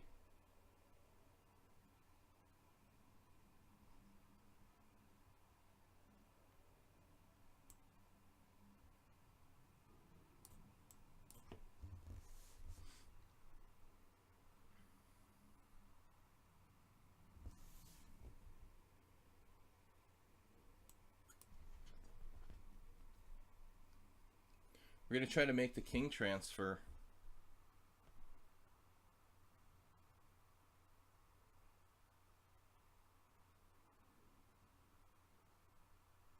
Nefedov loses on time, but I don't think it's lost for black, this position. I mean, he's got a fairly good chance to activate his pieces, stay active. I don't know. This is a really good game. I think he's not necessarily losing here. Very, very difficult. By playing like c5, he might have chances to play a5, a4 later on, put pressure on the b2 pawn. It's a little bit better for white. Let's see how far this went to theory. I mean, I think it's all book pretty far. So knight takes f6. Oh, apparently queen f5 is a move here.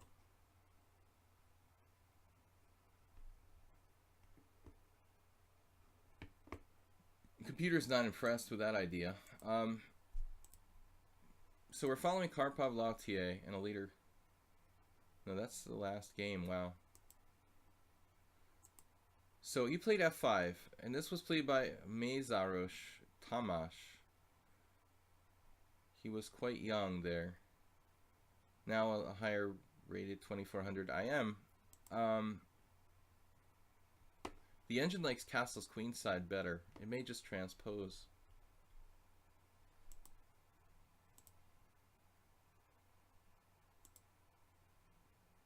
Yeah, so Parkani played c4. That doesn't make it the best move, though. The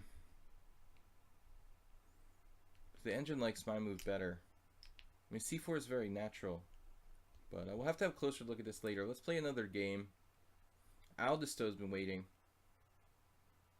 He's a regular here.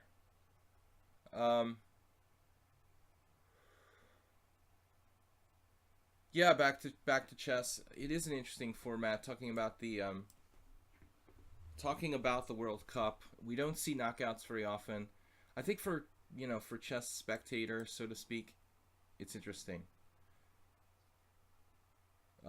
Obviously, you could have a knockout and then make the pairings differently.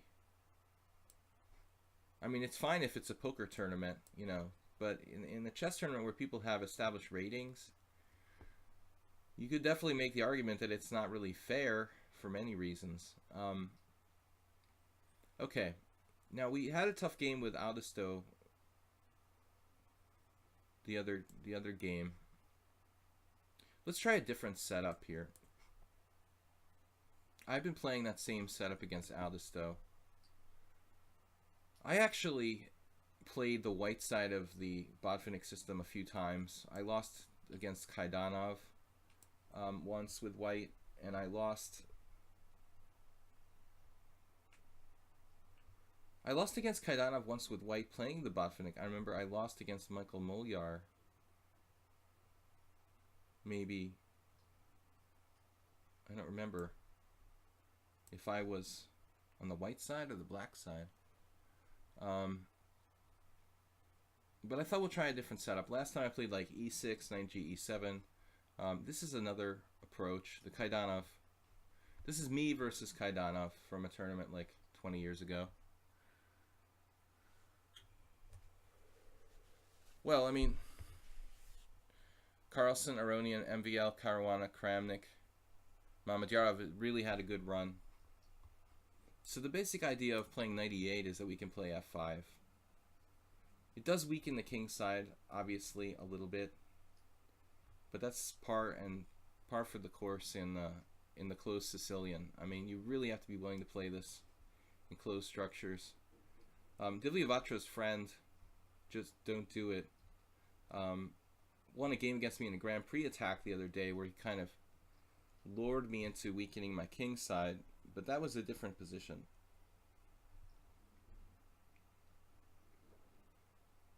When I played Kaidanov, I guess I played it differently. I didn't play f4. I played like queen d2 and then knight c7 and something like that, and waited with the f4.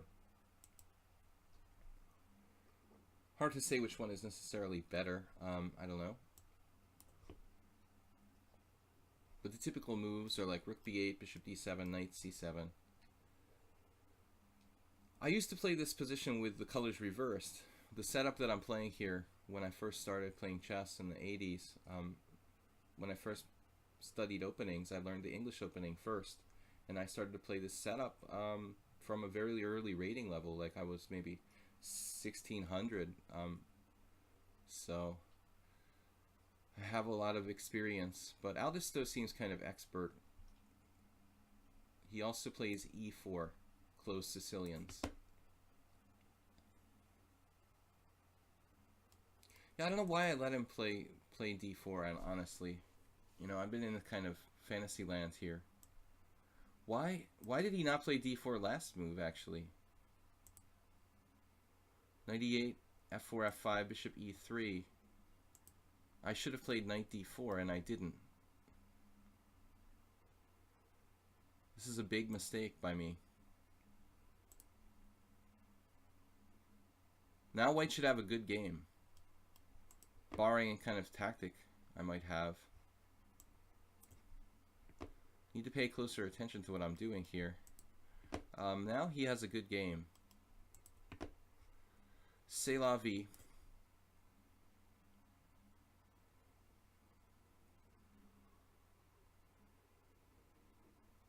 Basically a good Marazzi for white. I have all kinds of excuses for my poor play, but making a lot of mistakes in the opening lately. I need to be more careful in the openings. Definitely my weakest phase. Bishop d7. And now if knight takes c6, b takes c6. This is a hanging pawn situation. I've gotten a lot in the Marazzi. It's not really good for black. He could even play bishop d5 check and then like knight e6. But I think he'd be selling out his position if he did that. I think he'd be selling short, as they say in the financial markets.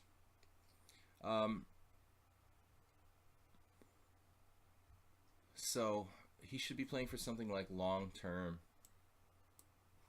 More long term. I mean, I think this is okay, but it's like maybe in the end it's actually helping me free my position a little bit. This bishop is a kind of ghost piece. I mean, I don't mind trading that off. It's so crappy all the time.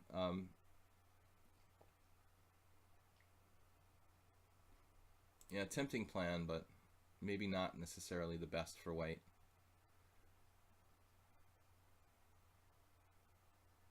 I just don't like the structure. I'm stuck with hanging pawns again, my least favorite structure.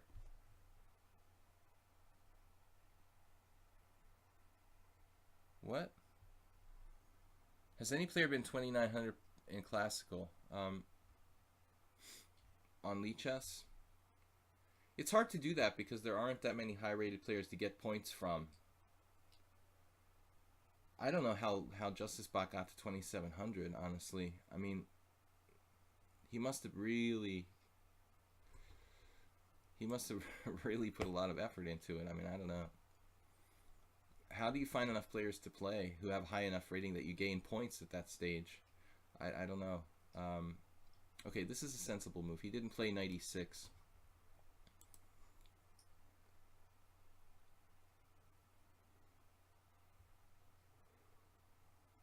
Alvisto did pretty well in the tournament yesterday, by the way, guys. Of the regulars, he did the best. I had a very disappointing event.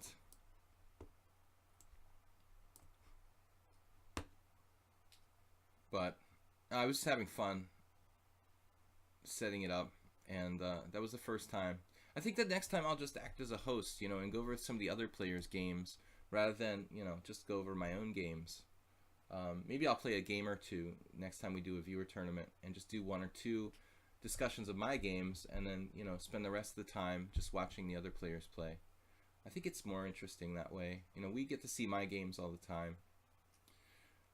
Anyways, yeah, Alvisto played this great. Okay, bishop d5, he realized his mistake and he went back, so that's it. Now knight e6 is interesting.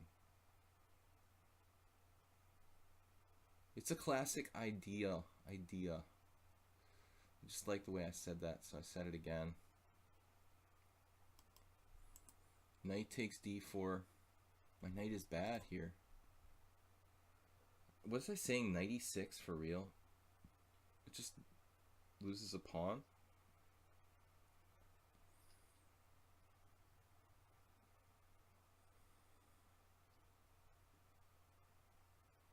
Looks like it just loses a pawn.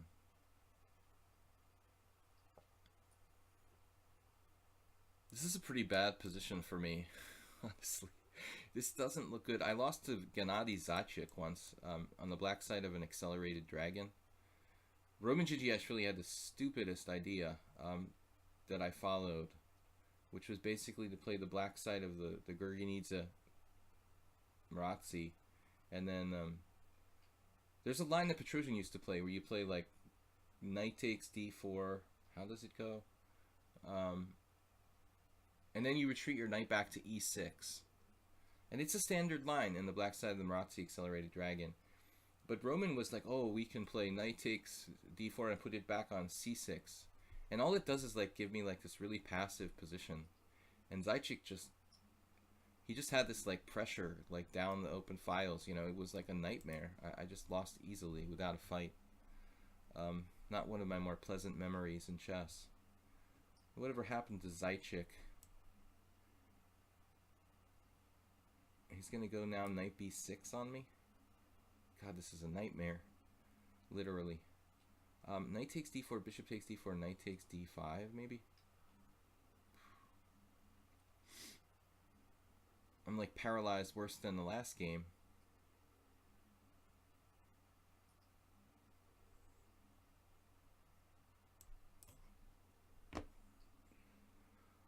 Okay. I'm just gonna somehow try to survive this. Bishop takes. Ah. But that's so much more refreshing than the other way you could have done it. e5, I guess. I mean, I hate my position, but it's not that bad, probably. Here we go again. Ugly but defensible for black would be my description of this position. I think he could have played pawn takes there with a kind of lasting advantage. This looks pretty unpleasant. Guys, I think we'll have time for one more game today after this. Where are we? He went back with knight f3. We've got to watch out for knight g5, queen h5 type of stuff. That doesn't look very fun. That's a serious problem. So, alright. Excuse me while I freak out. Try to keep it as simple as possible. Oh, knight g5. Alright. My original intention was to play bishop takes g5, then I sort of hesitated, but it's okay. Queen e7 probably doesn't hurt my position. We're going to take this. This is enough. I can't live with it there anymore.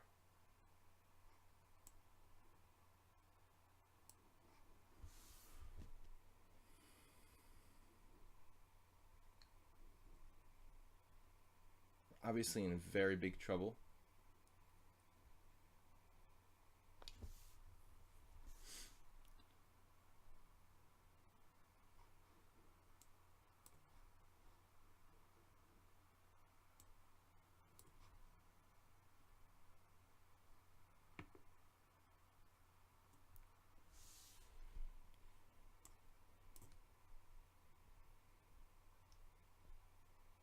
Please tell me he blundered. Let there be a blunder.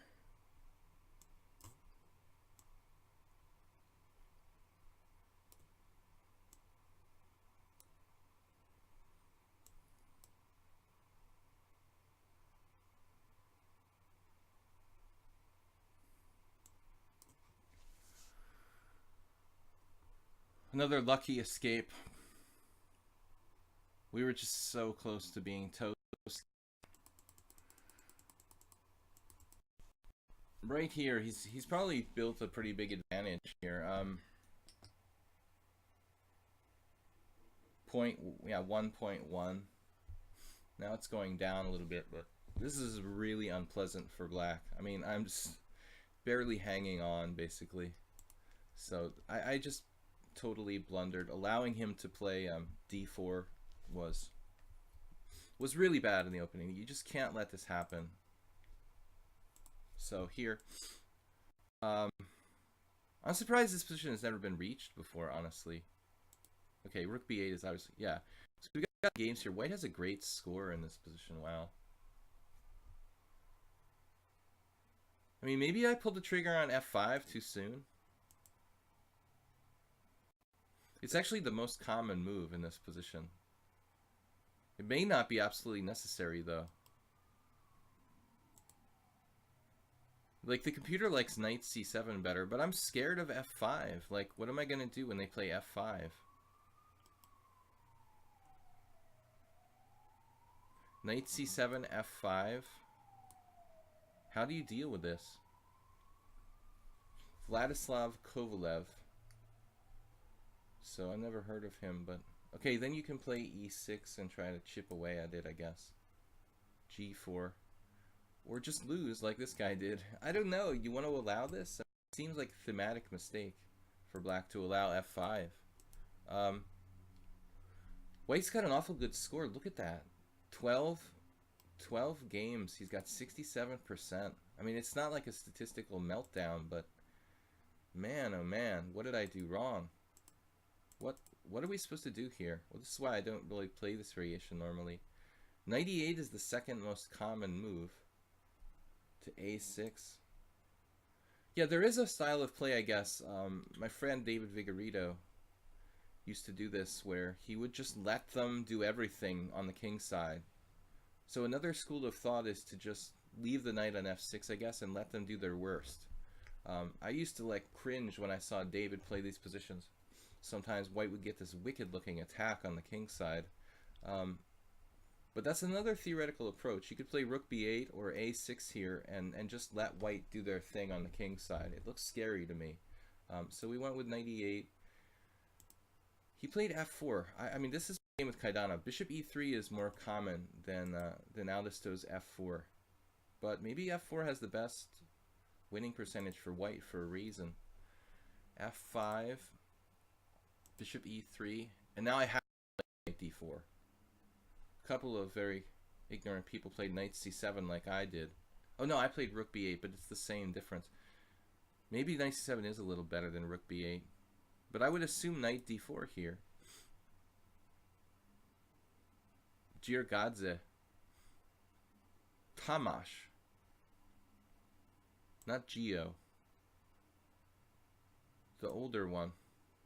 There's a Jakubowski game from 2014. But this has got to be the best. I mean, I don't know. This disposition disturbs me a little bit. All right. Chess commentator Abul Fazl. This will be the last game for today, guys. See ya, Pingwing. Thank you for joining us today. We're going to be back tomorrow with a subscriber stream, 6 p.m. CEST. Guys, this is our last game we have time for today. Got to pack it in. All right, we've been playing e4. We might as well complete the day with all e4. I need work on the white side of the French defense, not being a lifetime French defense player. I used to play knight c3 when I did play the white side of the French, and in the last year I've been thinking about switching to knight d2.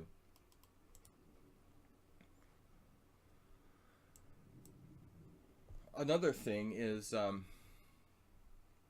you know, in this line, in the past I've always played f4, including a loss the other day, but I guess we should just, you know, the main line is the main line for a reason. I'm sure you've heard that before, but it's probably true. I've never played this line really in my life, but it's much safer than playing f4.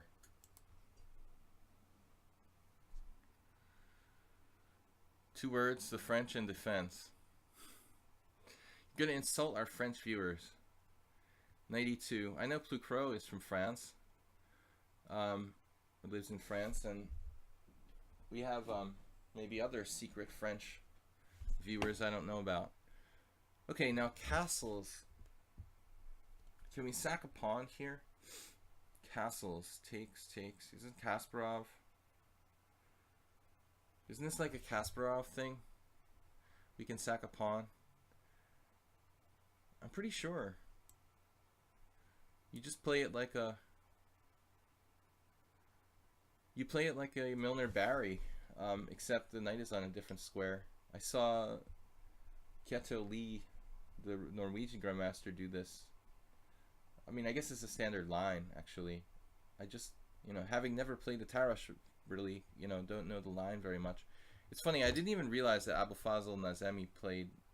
He wrote, please play e4. I didn't even see that, but subconsciously it sunk in and I played e4. Ping man.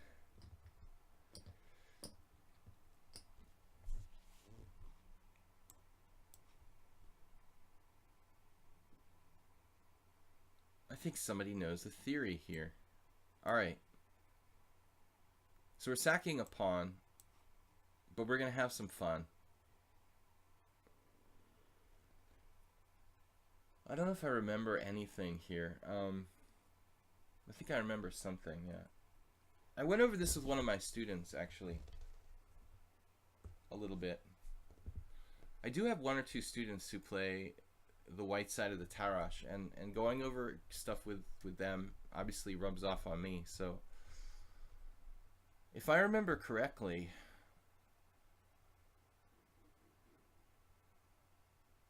the line here is like queen a4, queen b4, queen c2,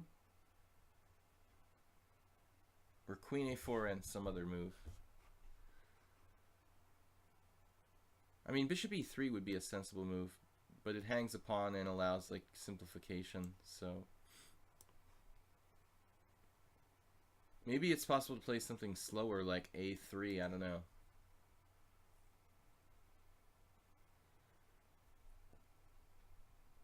Duvi Watcher, what's up? Tomorrow is only regular substream.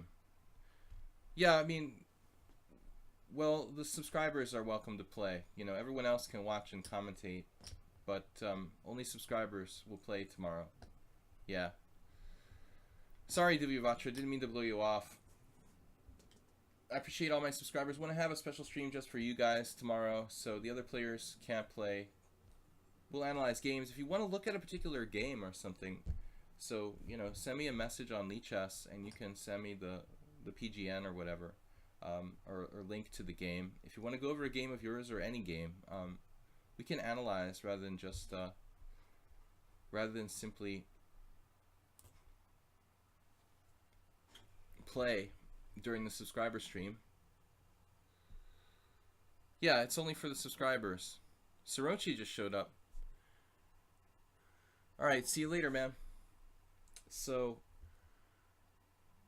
I have sacrificed a pawn here for Nimzovich like compensation. G6 looks like a normal move. You could say it's bishop f8 is possible. I mean, that looks weird though. Queen b4 doesn't help now.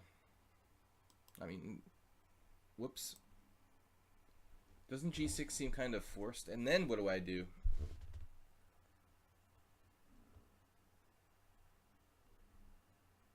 There's always like g6, h5, driving my queen around.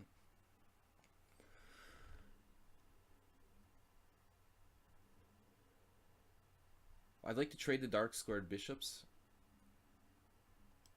That would increase the weakness in the complex of dark squares in black's position, but let's say like g6, bishop g5 is possible right off the bat.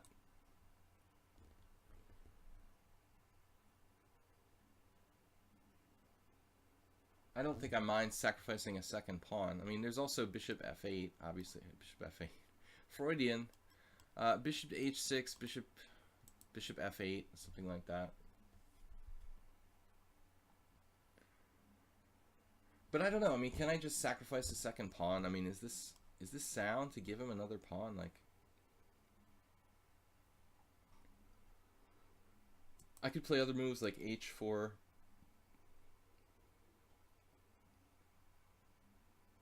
h4, h5 with attacking chances.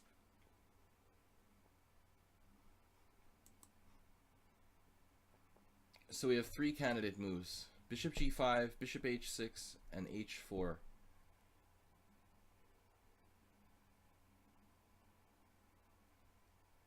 I don't know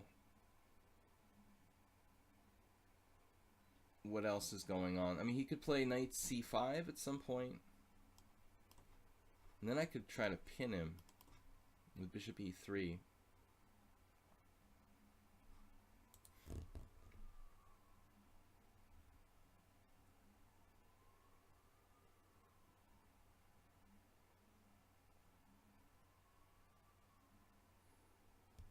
I'm just not sure how I'm going to react if he plays this move, you know, in the next few moves.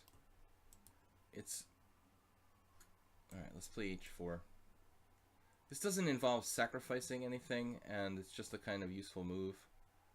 He won't be able to play h5, h4. Okay, the ambulance is coming for someone, and I hope it's not my position. If he does play h5, he'll have to watch out for future sacrifices on g6.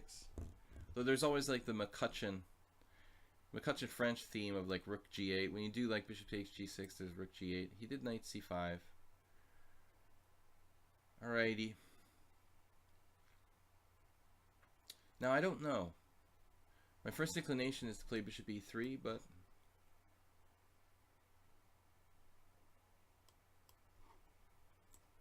this involves sacrificing a second pawn, potentially.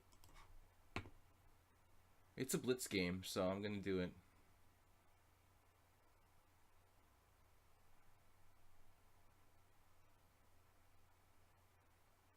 Could I possibly trap his queen? Well, it's pretty close to getting trapped. You have to admit. You know, queen takes b2, rook a, fb1. Okay, this looks dangerous for black. He just allowed b4. The problem is he has the move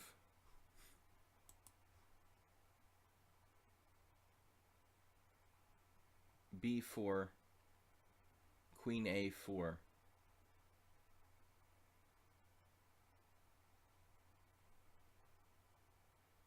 b4, queen a4.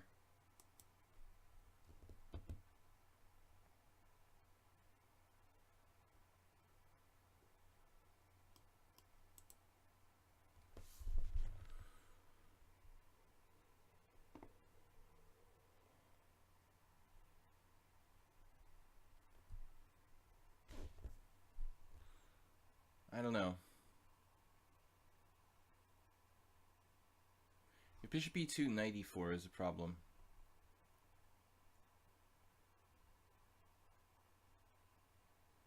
Again, it feels like a tactics problem. Bishop takes, bishop takes.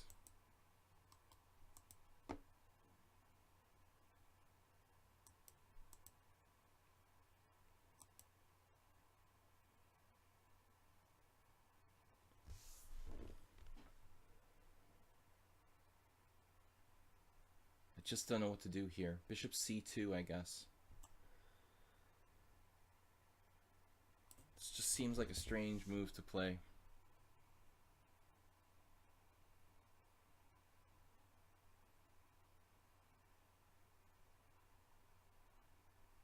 It just feels like a very strange move to play. Keeping him off of e4. I don't see anything better.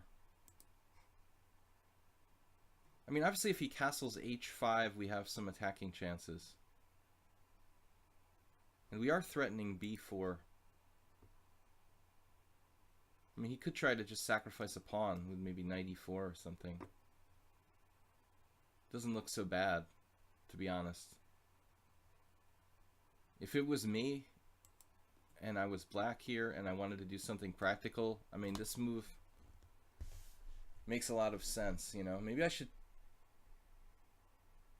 try to trade dark squared bishops, takes, queen takes, castles, bishop g5, and play for an endgame where I'm better on the dark squares. But his bishop will come out d7, bishop c6, and be very, very dangerous. Back to chess. I'll see you later, man. Have a great day. Guys, we'll be back tomorrow night. Now, this is a very passive move by Paschall, which just doesn't seem like he can get away with a passive move now. I can also play bishop g5, trading the dark square bishop off. So there are two good options here, it seems.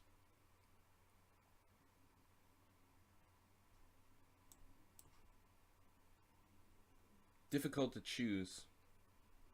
But this move is a little more, keeps a little more tension. I mean, I can probably always make this exchange with bishop g5. But with h5, we put some more pressure on his position. Hard to attack, though. Hard to strengthen the attack. I mean, I don't have a rook on h1 or something like that. As I mentioned earlier, he has McCutcheon trick. Takes, bishop takes, rook g8. And I don't see a way for me to win there. Now, bishop h6 is interesting.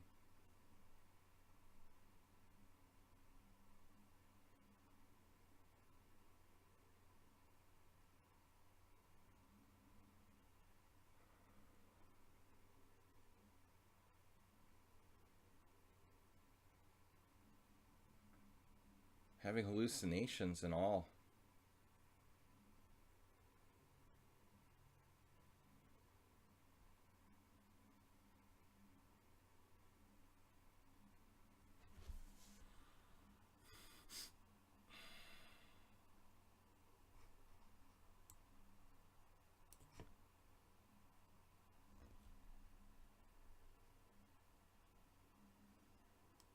I don't know about this move. This is just a random move. The c file may or may not be useful here. Could even get in trouble. Okay, bishop b5, bishop takes c5, bishop takes c5, bishop a4 is a really, really nasty trick.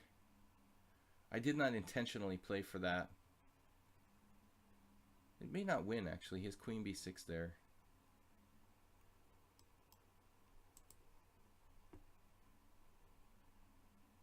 Naturally meeting my threat.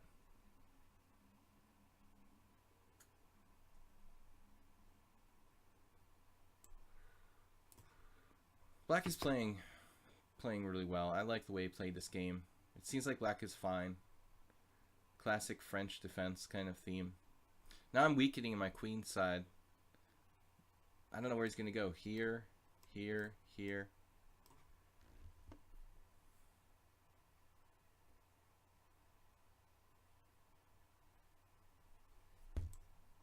That's got to go. Now I was thinking about alternatives to taking with the queen. Perhaps we should take here first. If he takes with the queen, I get the c file. If he takes with the bishop, he, you know, obviously undevelops a little bit.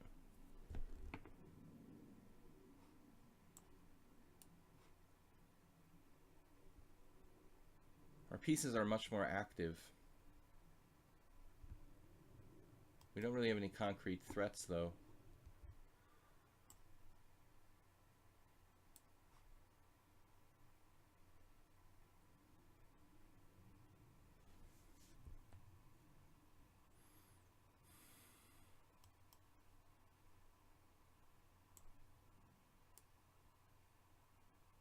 Now he even has queen d5 here,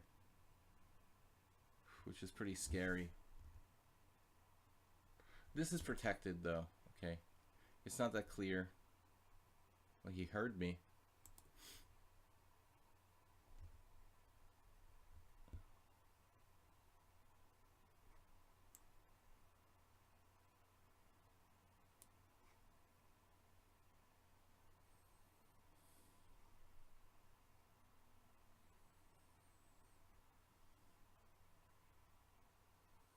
I mean, if he takes here, obviously I have bishop d4 winning an exchange.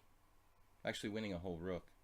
So it's an awkward moment, but it looks like queen d3.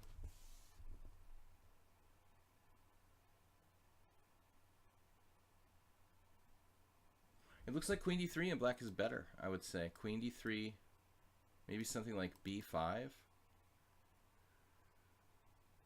There's always this taking on here. Not right away. Let's see. Guys, I have to go. I'm just going to analyze this final position here. I think black should be fine. Well, it says queen takes e5. What am I missing? How does he have that move? He has g takes h or something? Holy crap. So he actually has this? Queen takes e5?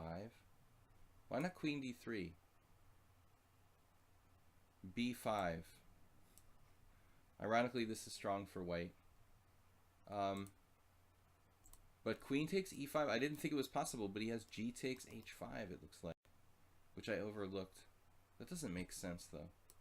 What am I missing here? Oh, God. Nobody saw this. This is like one of the tactics problems on Lee chess. Yeah, queen g5. Totally unexpected trick tactic. This would have saved the game for black. Did not see it, neither did he. Tough one. H takes g6, h takes g6, bishop takes g6. Because he had rook g8, you know. Whenever I had bishop takes g6, he does rook g8. It depends on the position. Like, when could I win it? This position, for example. H takes g, h takes g6, rook g8.